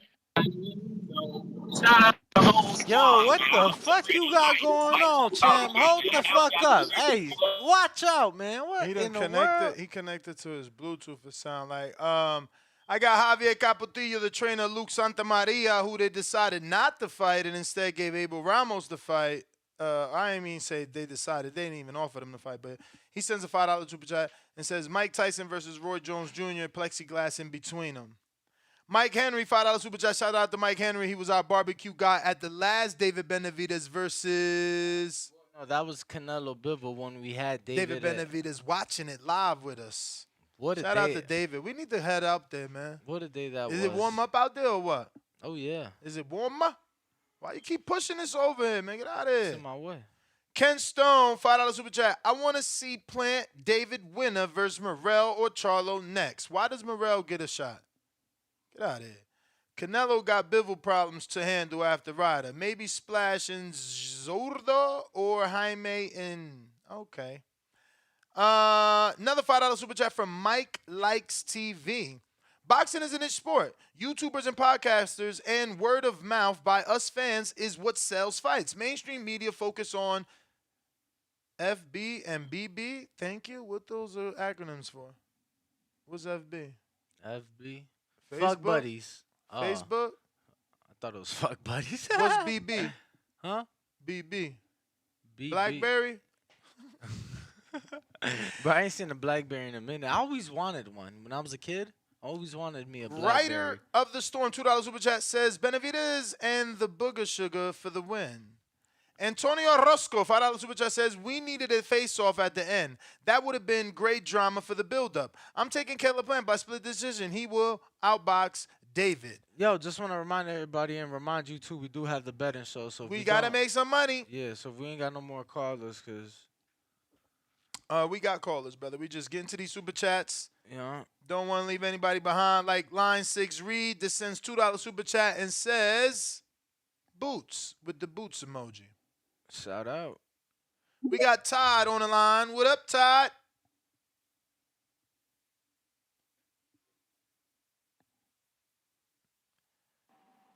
Yo, what's up? What up, champ? Hey, what's up, guys? It's my first time calling. Yo, smash that motherfucking like button, man. Give shouts out to Ringwalk Daddy and my boy Nesta Gibbs. I've been listening to y'all asses for years, man. But if Ringwalk, if what you said is true, man, if this motherfucker said something crazy about my dead daughter, bro, it's on site, man. Fuck a contract, fuck all that. It's on site, bro. But I'm looking for this fight, man. I'm a big fan of yours, first time caller, long time listener, man. I'm Todd G from the 803 for Columbia SC, man. Love y'all guys. Keep doing what the fuck y'all Shout out doing. to South And Ness, Carolina, man. Shout out to South and Carolina in the building. and Ness, What up, champ? Let me tell you something. Ness, get your ass off that goddamn coffee, man. Stay on the Hardin. Because your ass been going off the past couple of days on everybody. Yeah, they don't know boxing. You cuss their ass out. They fanboys. But guess what? I love every fucking minute of it, bro. Every fucking minute of it. You know what I'm saying, man? Y'all keep rocking, doing your thing, man. Guess what? Like I said, I'm Todd G from the 803 for Columbia SC. First time caller, long time listener. I'm a call back, man. All right. Please. Trust me. Appreciate you, Keep man. doing y'all fucking thing, man. Love y'all guys, man. Love you Appreciate the too, love, man. champ. Yeah, we're gonna be having a code for y'all too, man, because we want you to have Hardin, especially everybody flying in for the border wars. And anytime you in the fights, man, we don't want you to just take our word for it. Go ahead and try it and experience, one of the best experiences, man. Shout out to all the bud tending in there, truly educated, giving you tips on what has the highest THC count. If you know, maybe you into working out and you're looking for that CBD so you can sleep right. They got it all, man. Check out Hardin on Desert Inn Road right here in Las Vegas. Which I just want to be clear. Desert Inn Road, I don't want y'all to get confused. Like, wait, ain't that the same street that Border Wars is on? Exactly. You on the same street. You straight Word. shot going eastbound on Desert Inn. You there a few minutes. You pull up, fire bud tenders, fire bud. Bro, some fucking fire edibles. I have not had edibles from a dispensary that give me tour up like this. There's some stizzy. So yeah, man, shout out to Hardin. We do appreciate them. Forever grateful, and hopefully y'all get some of that fire as well. Let me see. I think we still got some other people to get to. Definitely got a super chat I got to get to while it's fresh in the band. We got James Benitez in Alabama says Morrell gets a shot because he's a champ, Ness. Interim and regulars are champs. Morrell would beat David as well. But the truth is, he's a WBA regular, which doesn't give him a shot at anything that has to do with the WBC. So I'm just saying, for the winner of Keller Plant and David Benavidez, why would they fight Morrell, who needs them? Morrell should be fighting someone else, like, I don't know, you know. But the winner of Plant Benavidez, all roads should be Canelo, and if not Canelo, Charlo. Like, they deserve a commercially big fight because they put themselves in position by facing each other. I mean, it's only right. And oh, New Orleans, stand up.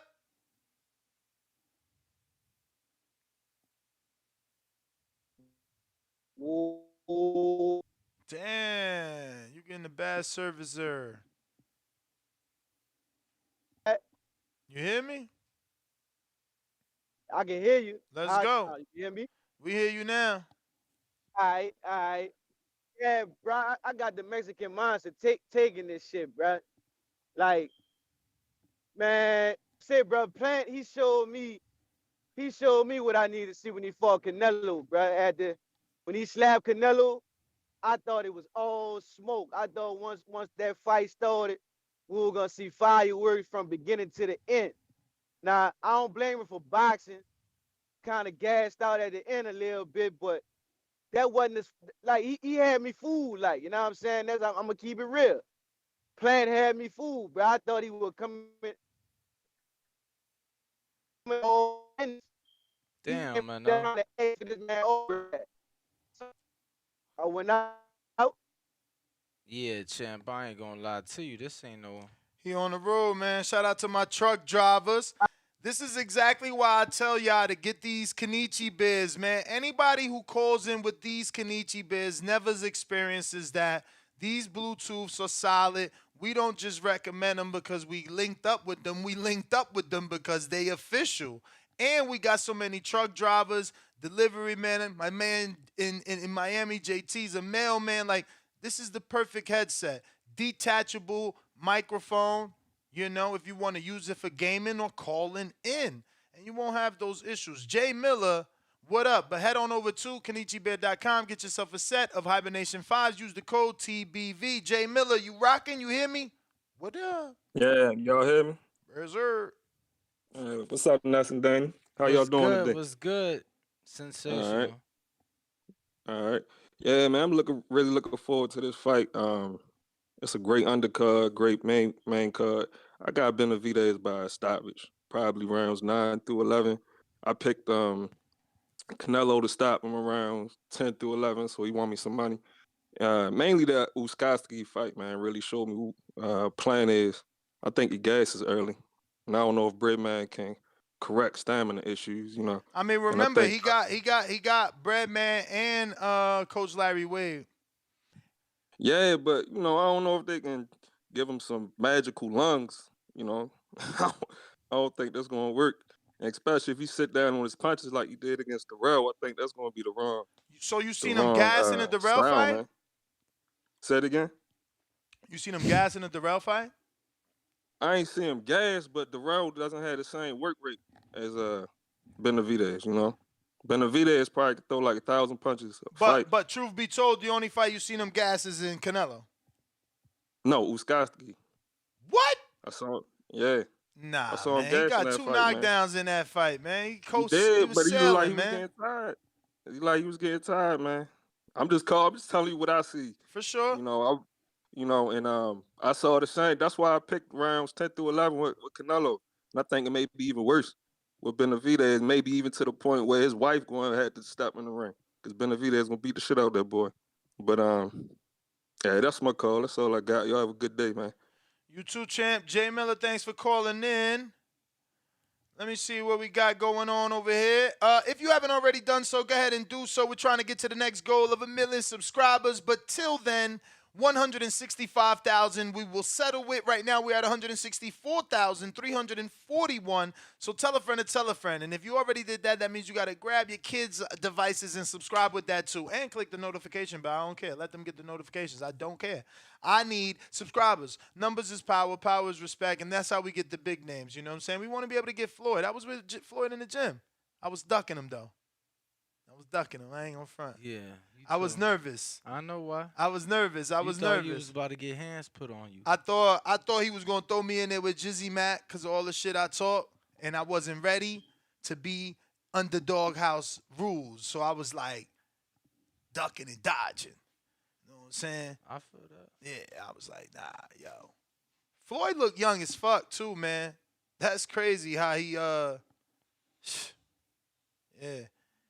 Yo, he got this Dominican from Amsterdam, bro. I gotta go get this dude's number. I've been talking to him, but we need to get with him, man. He's a little stocky, short dude.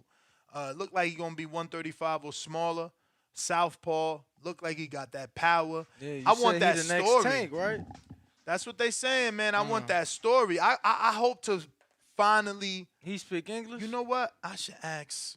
I know who to ask. My man Kermel, bro. And I'm sure he sparred them.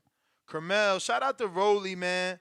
Rolly gave Kermel a whole new winning set. Yeah. Word. Just want to remind everybody, if we don't, we may not do the show, but if we don't, I'm definitely putting money on, so we'll upload the betting slips. Yeah. You know what I'm saying? It's already 10 o'clock, so probably not, but we'll see. Let's see. I think we is done though, Danny. Let me double check these super chats. I just want everybody to make sure, cause I plan to make some money. I ain't gonna lie to you. Word. We are wrapping up. I don't see any more callers.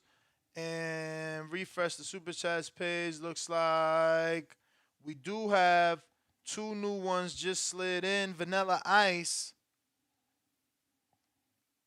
I have met Al Heyman. I don't hate him. I just want him to do things a little bit different. I met him 3 times. Vanilla Ice. He says, "Have you guys met Al Heyman? So much hate for him. Have you met him?" Nah, I never met him.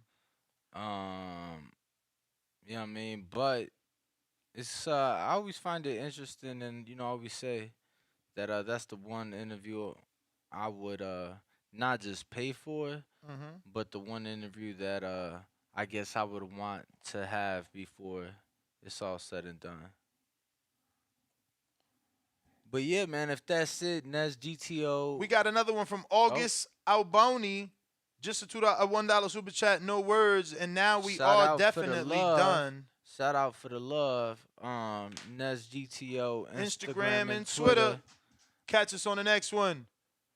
Don't forget to join the members level at the Champ if you want to catch the betting show. I'm going to say 10:30. 10:30 a.m. And if you're on Patreon, we do upload not just the show, but the betting slips as well. So head on over. Your choice. Ringwalk Danny, Nez GTO, The Boxing Voice. Peace. Arrivederci. 10:30 betting show.